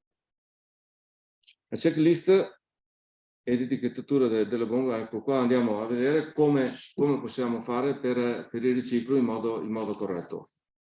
La procedura, quella che abbiamo fatto i nostri frigoristi e l'abbiamo presentata in ambito del Refrigero 2021, la checklist di riciclo e etichettatura della bombola del gas riciclato. Entrambi i documenti sono scaricabili gratuitamente per i soci dal sito di Assofrigoristi. Qua c'è lo stesso problema. Comunque c'è un documento dove vado a elencare, scusa, E poi, grazie. Perché...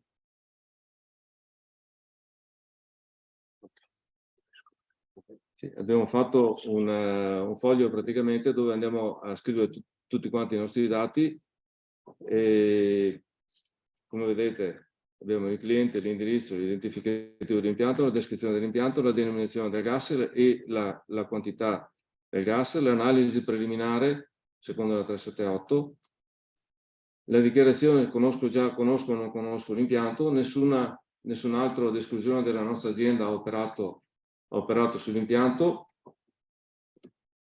la storia di tutti gli interventi dell'impianto, documentata nel registro dell'apparecchiatura. Sì, insomma, c'è tutta ci sono delle risposte da dare per capire quanto è affidabile il gas che noi andiamo a recuperare. Andiamo a mettere la marca e il modello della bombola, il recuperatore, la bilancia, il gruppo manometrico, tutte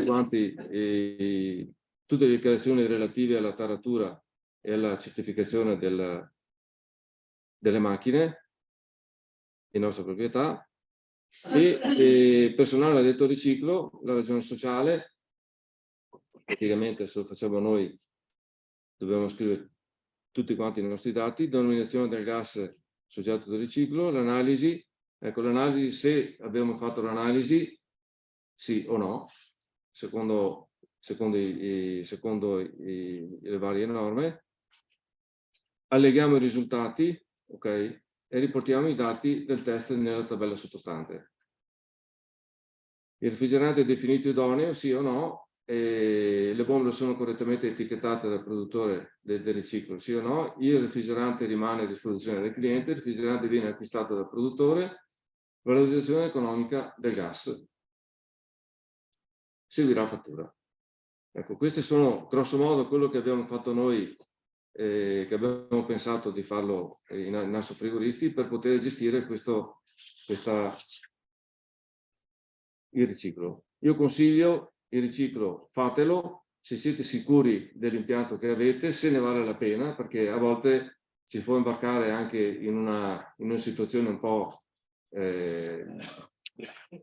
critica, perché se va riciclato senza fare un'analisi si incorre magari sul problema di andare a inquinare un impianto e con le conseguenti responsabilità. Ecco. Responsabilità è quella che, come abbiamo sempre detto, a tutti i livelli, che è nostra. Perciò dobbiamo sapere quello che facciamo. Ecco, questa è l'etichetta che va posta in una bombola, quella con il verde chiaramente è un gas A1, quella con il rosso è un gas A2, O2L o A3, chiaro. Qui ci sono scritti tutti quanti i dati, compreso quello del produttore, l'otto di produzione. Chiaramente se l'abbiamo fatto noi bisogna scrivere i nostri dati, dichiararci comunque e attaccarlo alla bombola, in maniera che si sappia da dove viene quel gas e apportarlo poi in un registro, perché noi dobbiamo sì fare l'etichetta, ma dobbiamo avere un registro poi noi che elenca i recuperi e i ricicli che abbiamo fatto, perché in ogni momento noi dobbiamo avere la rintracciabilità di quello che è stato fatto. Le considerazioni finali: non possiamo più permettere che il tecnico frigorista ignori le modalità di trattamento del refrigerante a fine vita. Non possiamo tollerare che il refrigerante contenuto in un impianto venga scaricato in atmosfera, perché chiaramente ne stiamo patendo tutti, soprattutto i nostri futuri persone. Non dobbiamo più fare bla bla bla, dobbiamo parlare. La possibilità di trattamento degli F-gas sono consentite e regolamentate dal regolamento 517 del 2014 e dalla norma 378 del 378-4 del 2020 e la norma 313 del 2011. Il riciclo del refrigerante fluorato è operazione delicata e rigidamente disciplinata dalla norma, pertanto come tale deve essere gestita. Le operazioni di riciclo sono possibili solo e soltanto se il frigorista conosce la storia, lo ribadisco ancora, ok? E se l'assoluta certezza della qualità della composizione del refrigerante contenuto dell'impianto stesso. Altrimenti scatta immediatamente l'obbligo di fare analizzare il refrigerante. Il riciclo del refrigerante fluorato deve essere gestito, documentato e sostenibile. Il frigorista deve eseguire le operazioni di riciclo, avere assolutamente competenze idonee a attrezzatura. Perciò non me le posso fare prestare da mio cugino. E è previsto il riciclo è previsto dal regolamento 517, 378 e 36. Non sono previsti ulteriori obblighi di patentini o certificazioni. Chiaro. La rigenerazione del fluorato è anch'essa prevista e regolamentata. Il servizio di rigenerazione e smaltimento non è un obbligo ma una possibilità del frigorista. I nostri soci sostenitori vi illustreranno le possibilità dei loro servizi, come appunto ha fatto oggi il signor Barilli. Scusa, ho quasi finito. Riuso, riciclo e rigenerazione non solo sono un obbligo di legge, non solo un obbligo di legge e morale, ma soprattutto uno sviluppo per le imprese del freddo. Tecnicamente ed economicamente spetta all'impresa stabilire quanto è praticabile l'una e l'altra soluzione. Perciò siamo noi gli attori di quello che facciamo. Dobbiamo avere autostima e sapere quello che facciamo per poterlo proporre. Ringraziamo per aver condiviso con noi la posizione, Asso Clima, Asso Gas Tecnici, Aicar e Lega Ambiente. Grazie per la vostra attenzione, scusate se ho fatto un po' di confusione. Grazie a voi. Grazie per il dottor Valentino del Comitato Tecnico Scientifico di Asso Frigoristi.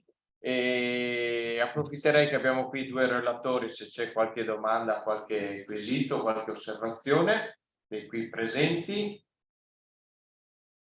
Ho un quesito che mi arriva, ecco, prego.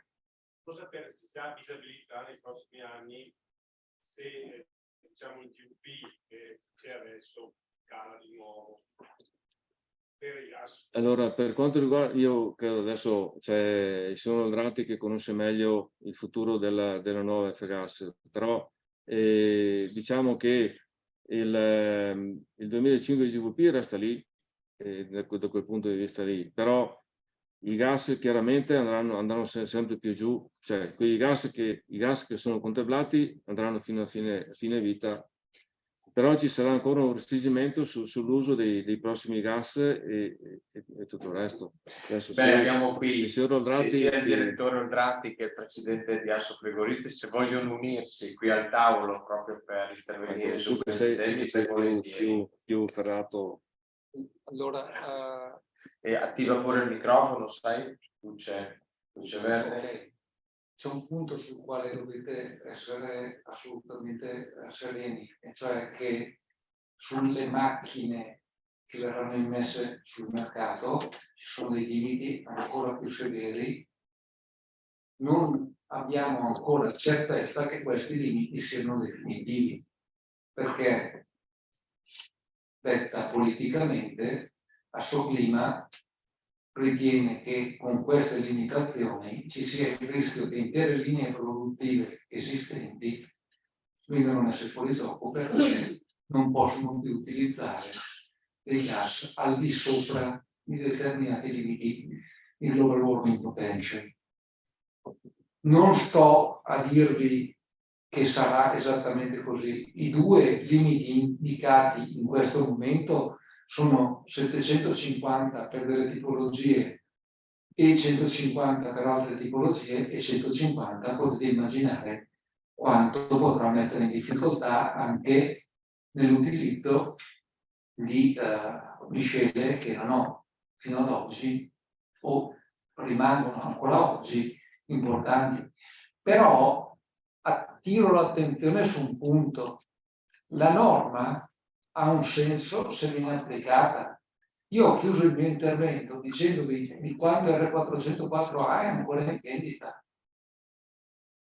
Quindi facciamo seriamente attenzione a considerare la norma un problema quando poi i comportamenti sono assolutamente difformi dal rispetto della norma.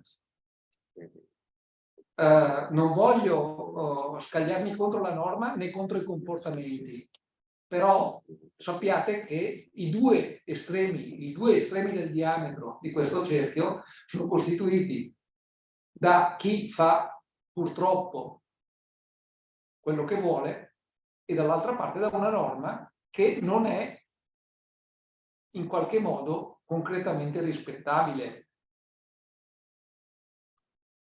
Stiamo invitando il legislatore a porre dei limiti di praticità concreta nell'utilizzo dei gas, quindi nella possibilità di avere delle norme concretamente applicabili.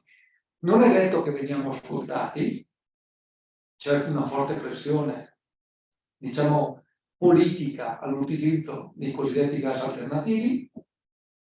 Penso che qualcuno di voi avrà sentito nominare anche la pressione che viene fatta per inibire l'utilizzo degli HFO in ragione del problema dei PFAS, cioè degli eventuali residui in falda acquifera determinati dalle emissioni di queste nuove tipologie di gas, ma ribadisco, non abbiamo ancora nessuna certezza. Fermo restando un punto, che la certezza principale è quella che se utilizziamo il gas come da norma, il limite dei 2500 ci è stato indicato, il limite dei 10 kg di R404A utilizzabili, o meglio, del limite di carica massima dell'impianto in cui è ancora utilizzabile l'R404A, li conosciamo. Però, signori, qua si tratta anche di vedere se la norma è un problema oppure semplicemente un fatto sul quale ci troviamo a discutere in maniera generica. Stanno partendo dei controlli, ne siamo tutti contenti. Qualcuno però mi ha segnalato che questi controlli vengono fatti a coloro che, in fin dei conti, le norme già le rispettano perché sono iscritti al registro e via discorrendo. Noi vorremmo che i controlli fossero fatti sulle situazioni palesemente illegali, e ce ne sono, e lo sappiamo. L'invito che stiamo facendo al normatore è che investa sui controlli. C'è stata addirittura un calcolo sulla possibilità di utilizzare le risorse derivanti dalle quote per incentivare una maggiore politica di controlli. Però se andiamo a leggere il regolamento, e ve lo dico in una maniera spassionata, c'è questo discorso per cui si vorrebbe costituire un registro FGAS a livello internazionale, ma un registro ancora delle sole vendite, non delle immissioni in impianto e delle quantità recuperate, in modo tale da vedere qual è la differenza, e cioè qual è la quantità di gas che è andata effettivamente in aria. Scusate l'innalzamento del tono di voce, ma mi sembra un minimo sindacale. Cosa serve un registro che vi crea soltanto difficoltà burocratiche quando non registra effettivamente il quantitativo di gas emesso? Ma sono solo norme europee. Sappiamo benissimo Sud America, Asia, il mondo gira però. Il mondo gira, lo so. Il mondo gira, e se uno legge la prima pagina del regolamento, anche quello esistente, si trova a constatare che uno degli scopi del legislatore è quello di fare dell'Europa, o meglio della Comunità Europea, un elemento di traino nella direzione della responsabilità ecologica. Ne paghiamo il prezzo? Purtroppo sì. È vero che 1 miliardo e 600 o 700 milioni di cinesi e circa 1 miliardo di indiani queste norme non le stanno rispettando. È anche vero però che qualcuno deve pure iniziare. Lo so, non sto dicendo una cosa simpatica, perché è un onere che qualcuno purtroppo deve iniziare a farsi. Fintanto che qualcuno non comincia, signori, i risultati poi... io ho sempre in mente una battuta che mi è stata fatta nel Sahel, il problema della desertificazione non deriva dal fatto che sta avanzando il deserto così passettino di suo, ma che viene bruciata la savana per creare terreno fertile che dura 5 anni. Bruciando la savana, dopo 5 anni di fertilità, quel terreno diventa deserto. O invertiamo queste tendenze, oppure credo di aver fatto un esempio facile da capire. Da qualche parte purtroppo dobbiamo iniziare. Tocca a noi anche perché abbiamo avuto dei benefici precedenti del poter fare quello che vogliamo o quello che volevamo. Lo so, non è un ragionamento che può piacere perché scarica sulle nostre spalle un peso e una responsabilità che il mio presidente diceva all'inizio, è una responsabilità estremamente consistente. Con dei costi? Purtroppo sì. Ecco, quindi darei proprio la parola al Presidente su un tema così importante. No, allora, siamo partiti dicendo che per raggiungere l'obiettivo abbiamo bisogno di competenze. Queste competenze servono sia a raggiungere l'obiettivo ambientale, ma col nuovo regolamento, con la spinta che ci sarà verso i gas naturali e quindi infiammabili, le competenze per noi frigoristici devono essere per non farsi male. Leggiamo sui giornali di gente che un'errata operazione di recupero di saldobrasatura ha fatto perdere la vita. Quindi le competenze devono essere alla base. La N378, se noi la conosciamo e la studiamo, ci dà tutte le indicazioni per lavorare in sicurezza, tutte le indicazioni per decidere questo gas che ho recuperato se può essere soggetto a riciclo, e c'è proprio una checklist che noi abbiamo portato sul modulo rispetto a tutti questi, rispetto alle 10 richieste che mi vengono fatte dalla N378, conosco la storia dell'impianto, non ho il motore bruciato, eccetera, eccetera, eccetera. Arrivo alla fine, ho tutti sì, bene, dico posso fare il riciclo. Nel momento in cui uno di questi condizioni non viene rispettata, per forza deve andare a rigenerazione. Non dobbiamo improvvisarci nulla, c'è tutto scritto, però dobbiamo averlo studiato e averlo capito. Se noi capiamo esattamente come funziona ogni meccanismo, abbiamo anche la possibilità di difenderci in caso di una contestazione.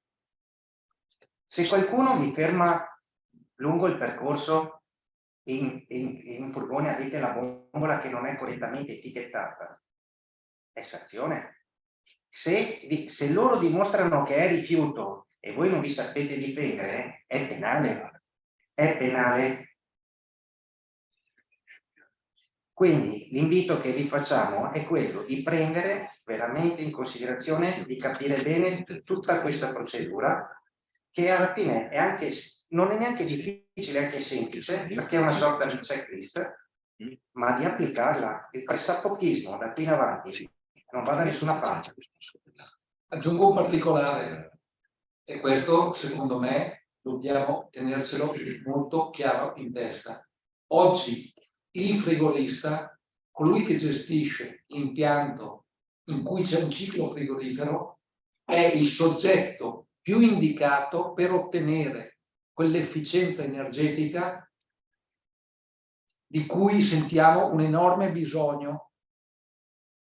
Non mi vengano a dire gli energy manager che il problema consiste nella sostituzione di lampade a incandescenza con lampade a LED.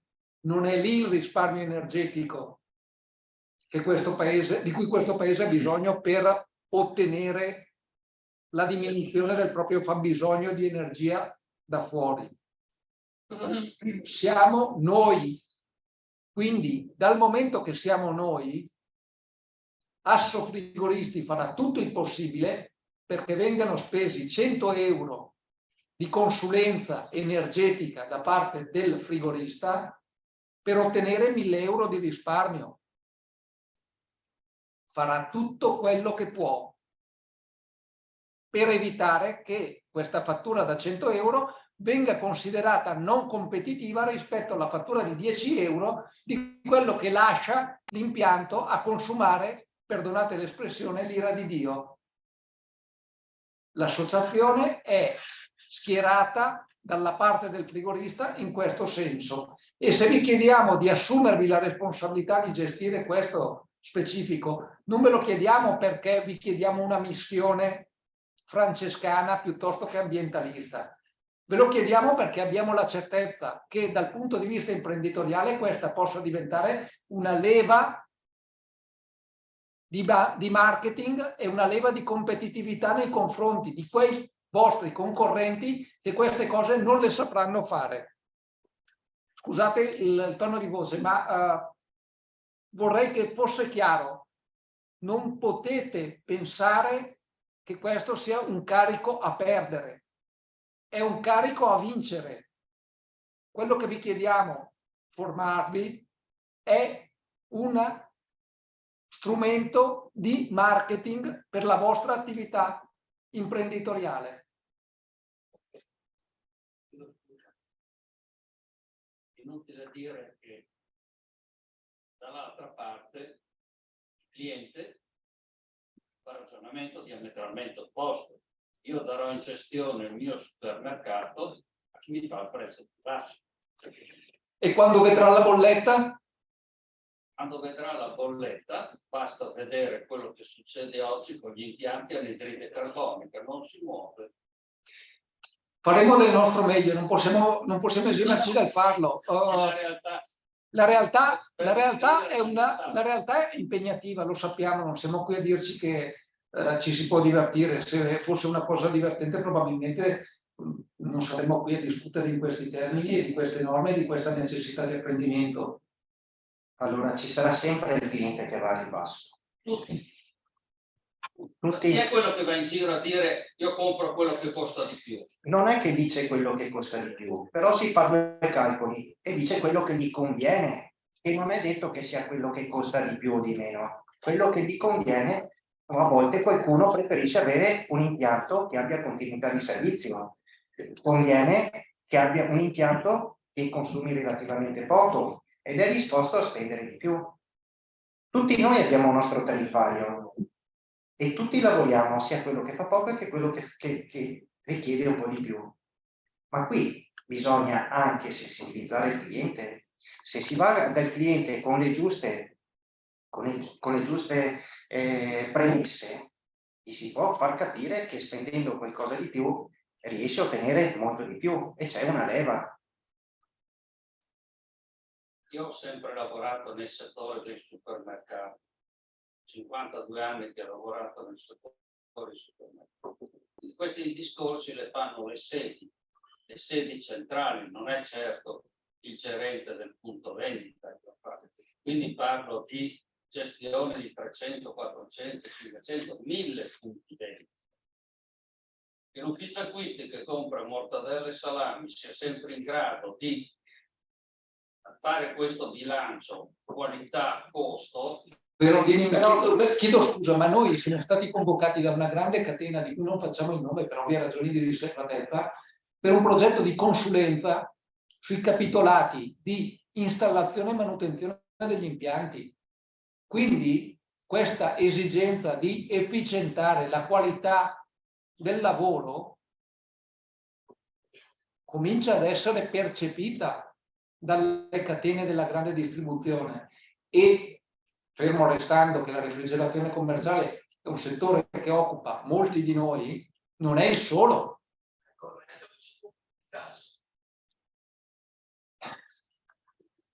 Allora, il gas secondo i regolamenti se lo possono comprare se hanno delle persone che hanno la competenza all'interno.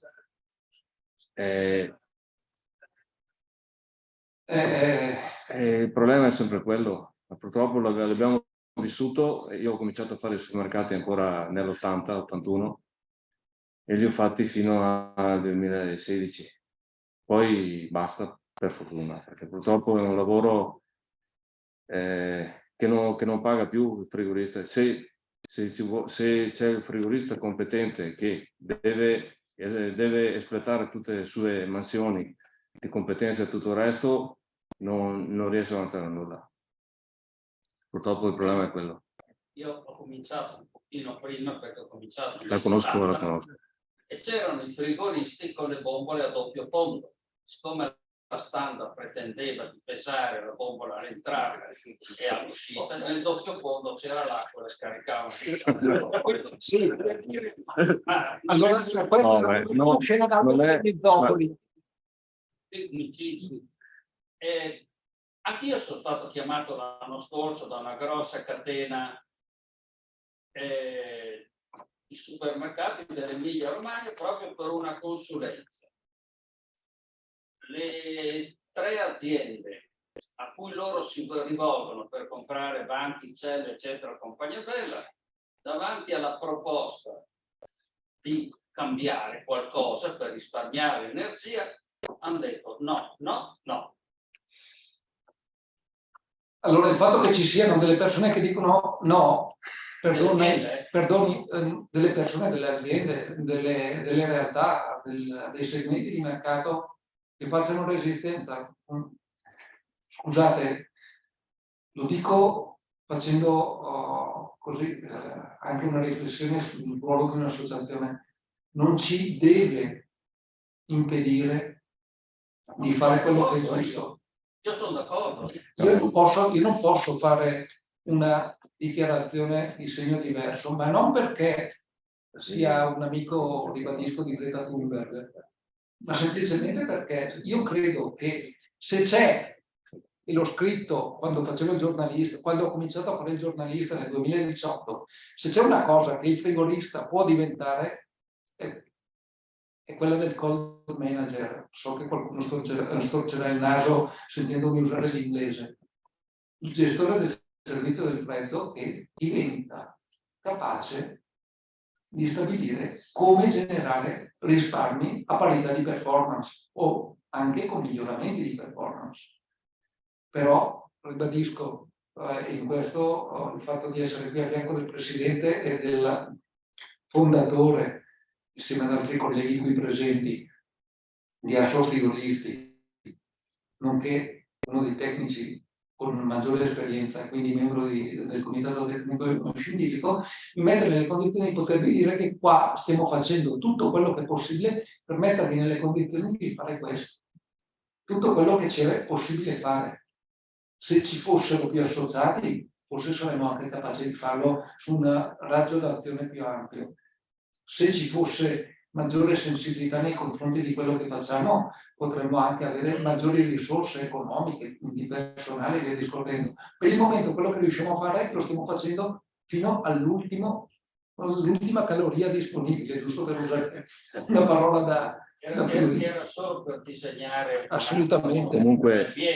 Comunque, andando a puntualizzare quello che ci hanno chiesto consulenza, perché prima dicevano, hanno detto no, prima avevamo l'R404 e c'erano perdite, avevamo problemi, ambiente e tutto il resto. Adesso abbiamo il CO2 e le perdite ce ne sono molte di più. Col danno che È quello il problema. che quando c'era il 404 c'erano 2 centrali separate, una PM e una DT. Adesso ce n'è una unica, perché farne 2 separate costerebbero cifre impossibili da vendere, per cui se c'è una perdita si ferma PM e DT. Perché il gas è unico. Sì, beh, questo è chiaro, però ci sono anche 100.000 accorgimenti per poter fare impianti in un certo modo. In sede lassù parlo delle sedi, Sì, tutte lo so. queste cose perché non gli vengono dette diciamo nella maniera giusta, ma non gli raccontano neanche balle. Le vengono dette in modo che lei sia portato a credere che io dentro a quelle ci sono stato 100.000 volte, insomma, lo so. dentro a quelle. E quindi sì, ma adesso distruggere quelle false credenze è difficile, bisognerebbe cominciare a chiamarli e a fare un certo discorso, chiamarli ad esempio nella vostra sede o voi andare il problema è che purtroppo se c'è sempre il problema economico che il mio concorrente lo fa più basso, è sempre quello il discorso. Quello che ho detto io all'inizio. Sì, sì. Però scusa, dobbiamo dire anche un'altra cosa, oltre a questa consulenza che ci è stata richiesta per sopperire appunto alle perdite che sono aumentate esponenzialmente nei loro impianti, altre realtà, costruttori, ci hanno chiesto consulenza per formare i propri centri di assistenza, perché si sono accorti che i propri centri di assistenza non hanno le competenze per mettere le mani sugli impianti. Io da presidente mi trovo in imbarazzo perché le entrate, grosse entrate in assofrigoristi mi arrivano da consulenze che prestiamo esterne. Io vorrei che le entrate arrivassero dalle quote associative, perché vuol dire che il socio assofrigoristi è orgoglioso di essere assofrigoristi. In realtà mi trovo nella difficoltà di avere difficoltà a riferire soci.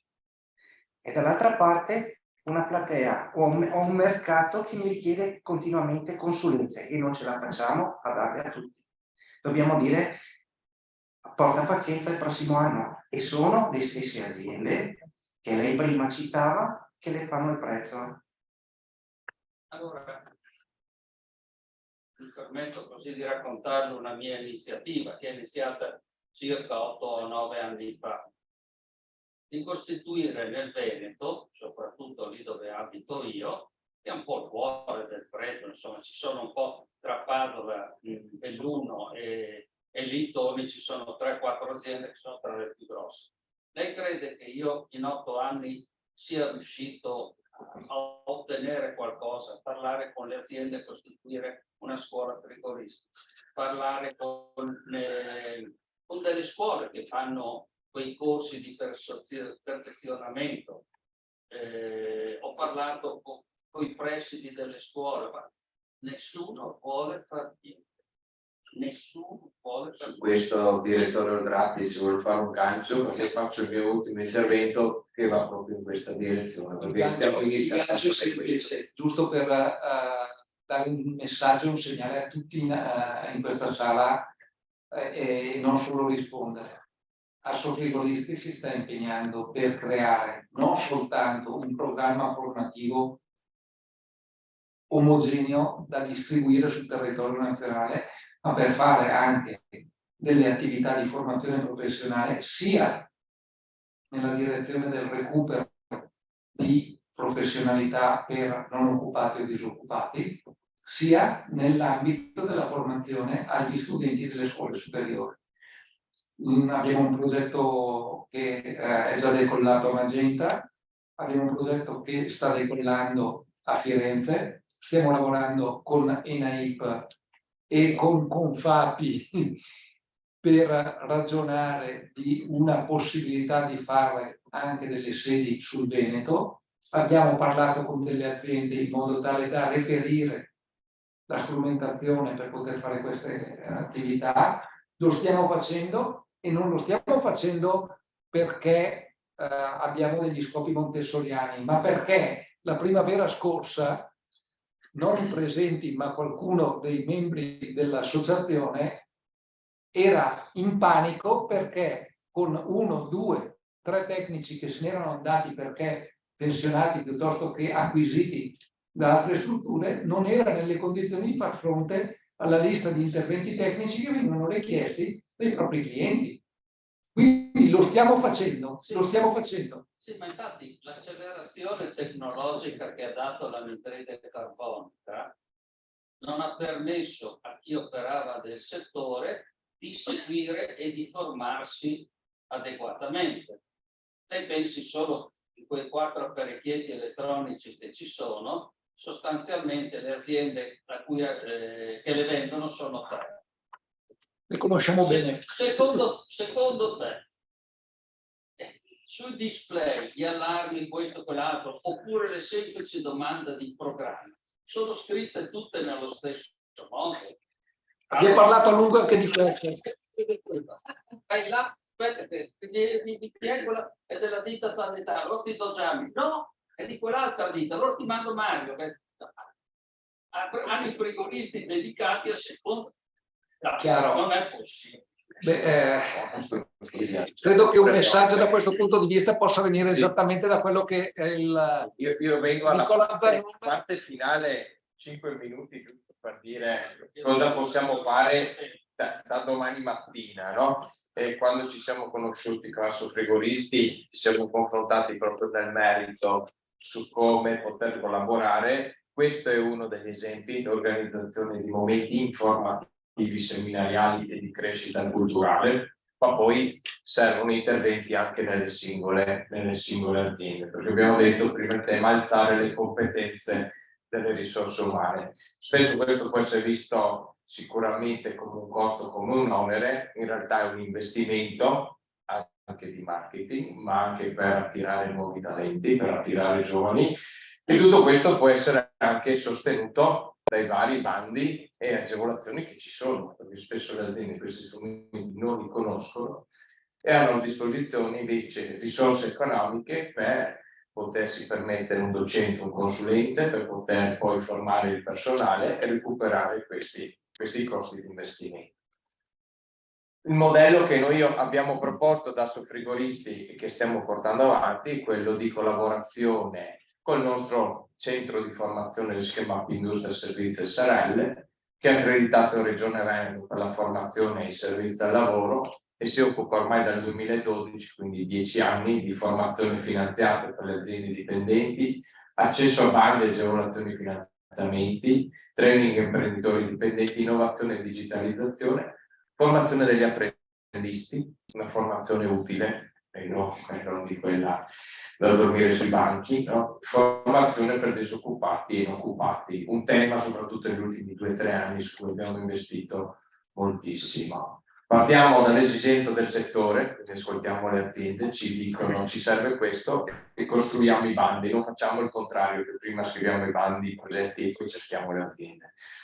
Spesso magari con rischio magari di fare qualcosa, scrivere qualcosa che non serve, di inutile. E quindi tutti i giorni controlliamo quelli che sono bandi a disposizione per le aziende, dalla Camera del Commercio, Regione Veneto, Ministeri, ce ne sono più di uno, MISE, MITE, Invitalia e così via, perché poi un lavoro è anche cercarli i bandi, no? Ecco perché spesso le aziende non li conoscono, sono disseminati in 100.000 uffici e in realtà diversi. Facciamo noi la ricerca, informiamo le imprese delle opportunità aperte o di prossima apertura. Ovviamente i temi della sicurezza obbligatoria sono di base, con tutti, abbiamo diverse aule sparse tra Conegliano, Silea, per la provincia di Treviso, poi abbiamo 90, Portogruaro, Mestre, quindi sono disseminati sui 2 province di riferimento di Venezia e Treviso, proprio perché poi l'azienda possa raggiungerle in poco tempo, dipendente, minori trasferte e soprattutto una maggiore frequenza, capillarità. E dopo andiamo in cerca di strumenti di agevolazione, perché ricordo che anche le attività formative di sicurezza obbligatorie possono essere finanziate con strumenti che si chiamano fondi interprofessionali, esistono ormai da 20 anni.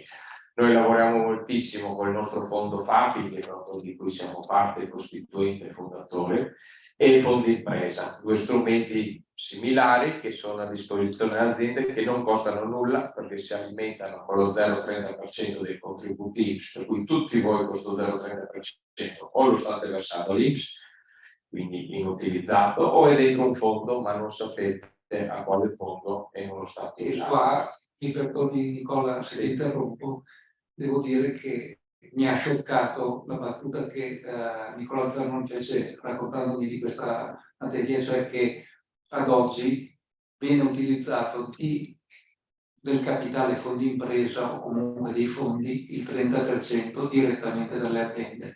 Il restante 70% finisce nei bandi e si chiamano avvisi di sistema, che prendono tutti i soldi svincolati dalle aziende non utilizzati e li rimettono in gioco. Quello è il punto, che chi utilizza il fondo impresa usa sia i propri, ma usa anche quelli. E sapete chi sono, giusto per parlare di cannibali, coloro che utilizzano i bandi? Quelle grandi aziende che hanno un ufficio amministrativo con tanto di ufficio o funzionario addetto ai bandi. Quello che noi vogliamo fare con Confapi è esattamente questo, creare le condizioni perché il circuito delle aziende che operano nel settore frigoristico o della climatizzazione siano nelle condizioni di accedere a queste risorse. O anche senza una lotta di classe piccolo contro grande, che ognuno utilizzi il suo in maniera molto equa e corretta e giusta, perché anche il piccolo li utilizza e nella sua possibilità, nella sua dotazione di sfruttarlo. Chiaro che la piccola realtà non è strutturata con un ufficio, con una persona dedicata a seguire questo, e quindi ecco che soggetti come noi che si pongono a disposizione delle piccole realtà si fanno carico della parte burocratica, amministrativa, raccogli i documenti, invia la domanda, gestiscila, a disposizione anche del piccolo che probabilmente di fronte alla mole di documentazione sarebbe scoraggiato e lascerebbe perdere, piuttosto quello è avanti che, sì, questo modo di dire, paga il pantalone avanti, però i fondi rimangono fermi. Ecco che noi questo invece lo attiviamo, abbiamo ormai esperienza, dicevo, 10 anni di utilizzo di queste risorse, e più c'è questa novità di venerdì, Fondo Nuove Competenze, 1 miliardo di euro per formazione digitale green. Io penso che tutto quello che abbiamo parlato stasera si rientri tranquillamente sul green, e questo non solo, dicevamo prima, fondi internazionali pagano i docenti consulenti. Questo ci dà il recupero anche del costo del personale. Quindi il mio personale fermo in aula e fermo in sede API Industria, in sede Assofrigoristi a formarsi, recupero il 60% del costo orario più il 100% dei contributi INPS che pago per quelle ore che è in formazione. Quindi mi pago il docente, consulente, e recupero questa percentuale molto alta di costi del personale. Quindi ho tutti gli strumenti per investire sul mio personale, sulla mia azienda, quasi a costo zero, perché non devo pagare il docente e mi rimborsano la maggioranza dei costi del personale che si sta formando.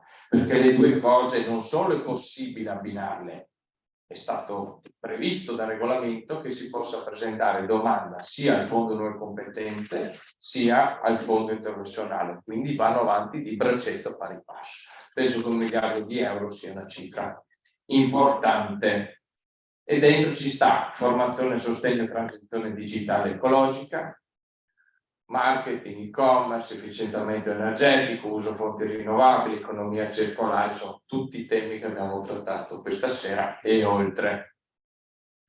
Possono presentare questa domanda al Fondo Nuove Competenze tutte le imprese entro il 31 dicembre, dicevo aperto venerdì scorso, per cui oggi è mercoledì, ho perso il conto, è mercoledì, quindi è aperto da 4 giorni. Modalità richiesta, si apre la procedura il 13 di dicembre, quindi abbiamo di fronte a noi circa un mese per prepararci. Attenzione, ordine cronologico, non sarà questione di secondi, forse di qualche giorno, quindi dal 13 i primi giorni dobbiamo essere pronti a presentare la domanda. E dopo il tema invece occupazionale, come sosteniamo l'occupazione?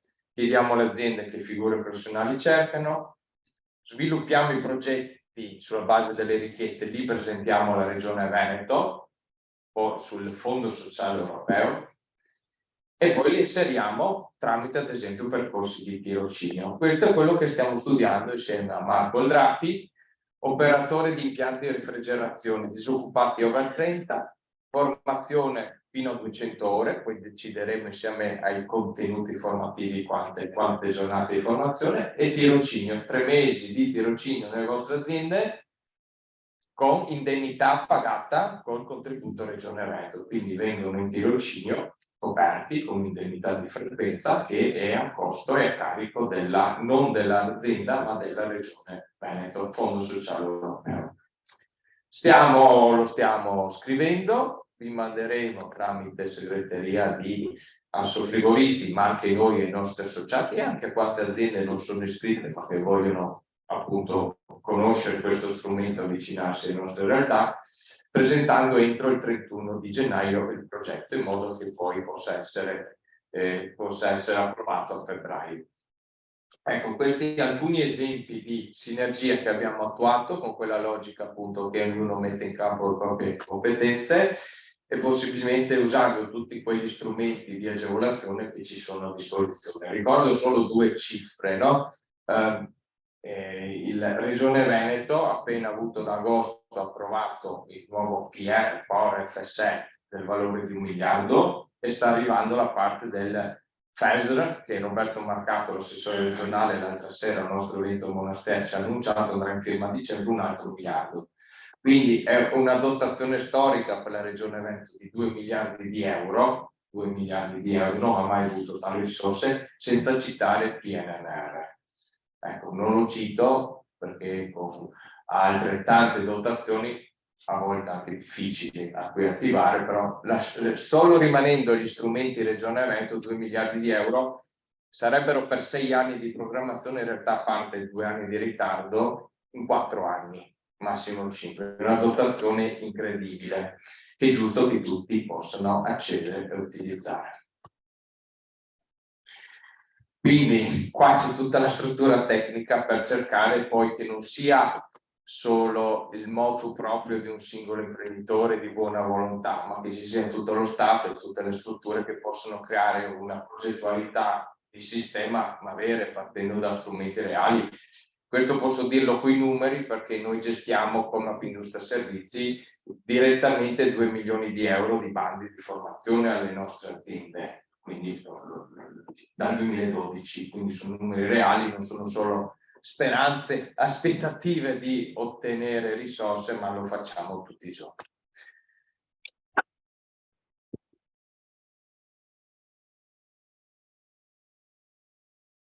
Con questo, se non c'è altro, chiederei per un saluto finale all'amministratore delegato magari un passaggio, se la sente, se no scendiamo tutti al piano terra, perché so che avete allestito un aperitivo che diventa per noi comunque sempre un momento importante, perché è di confronto e di network, di conoscenza tra gli operatori.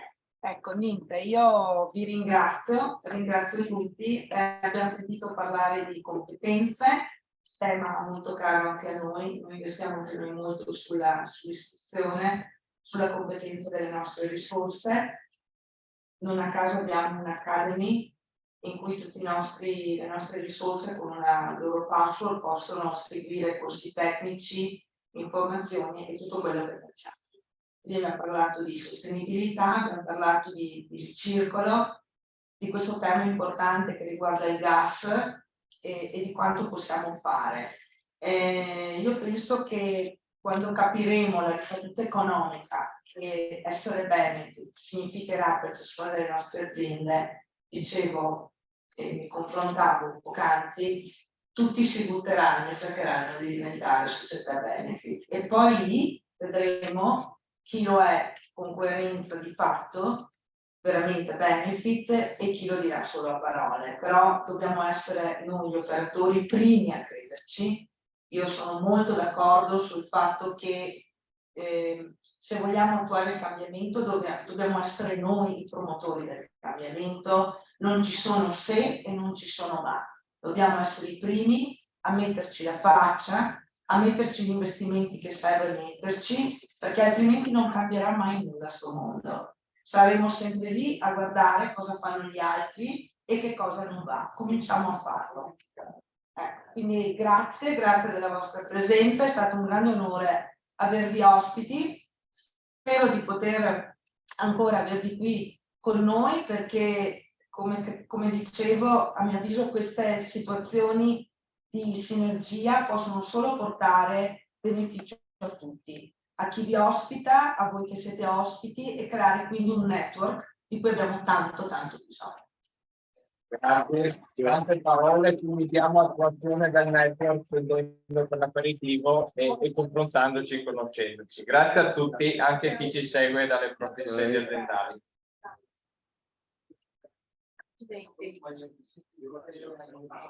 Sì. Chiedo ai relatori di fermarsi 2 secondi per una foto qua insieme.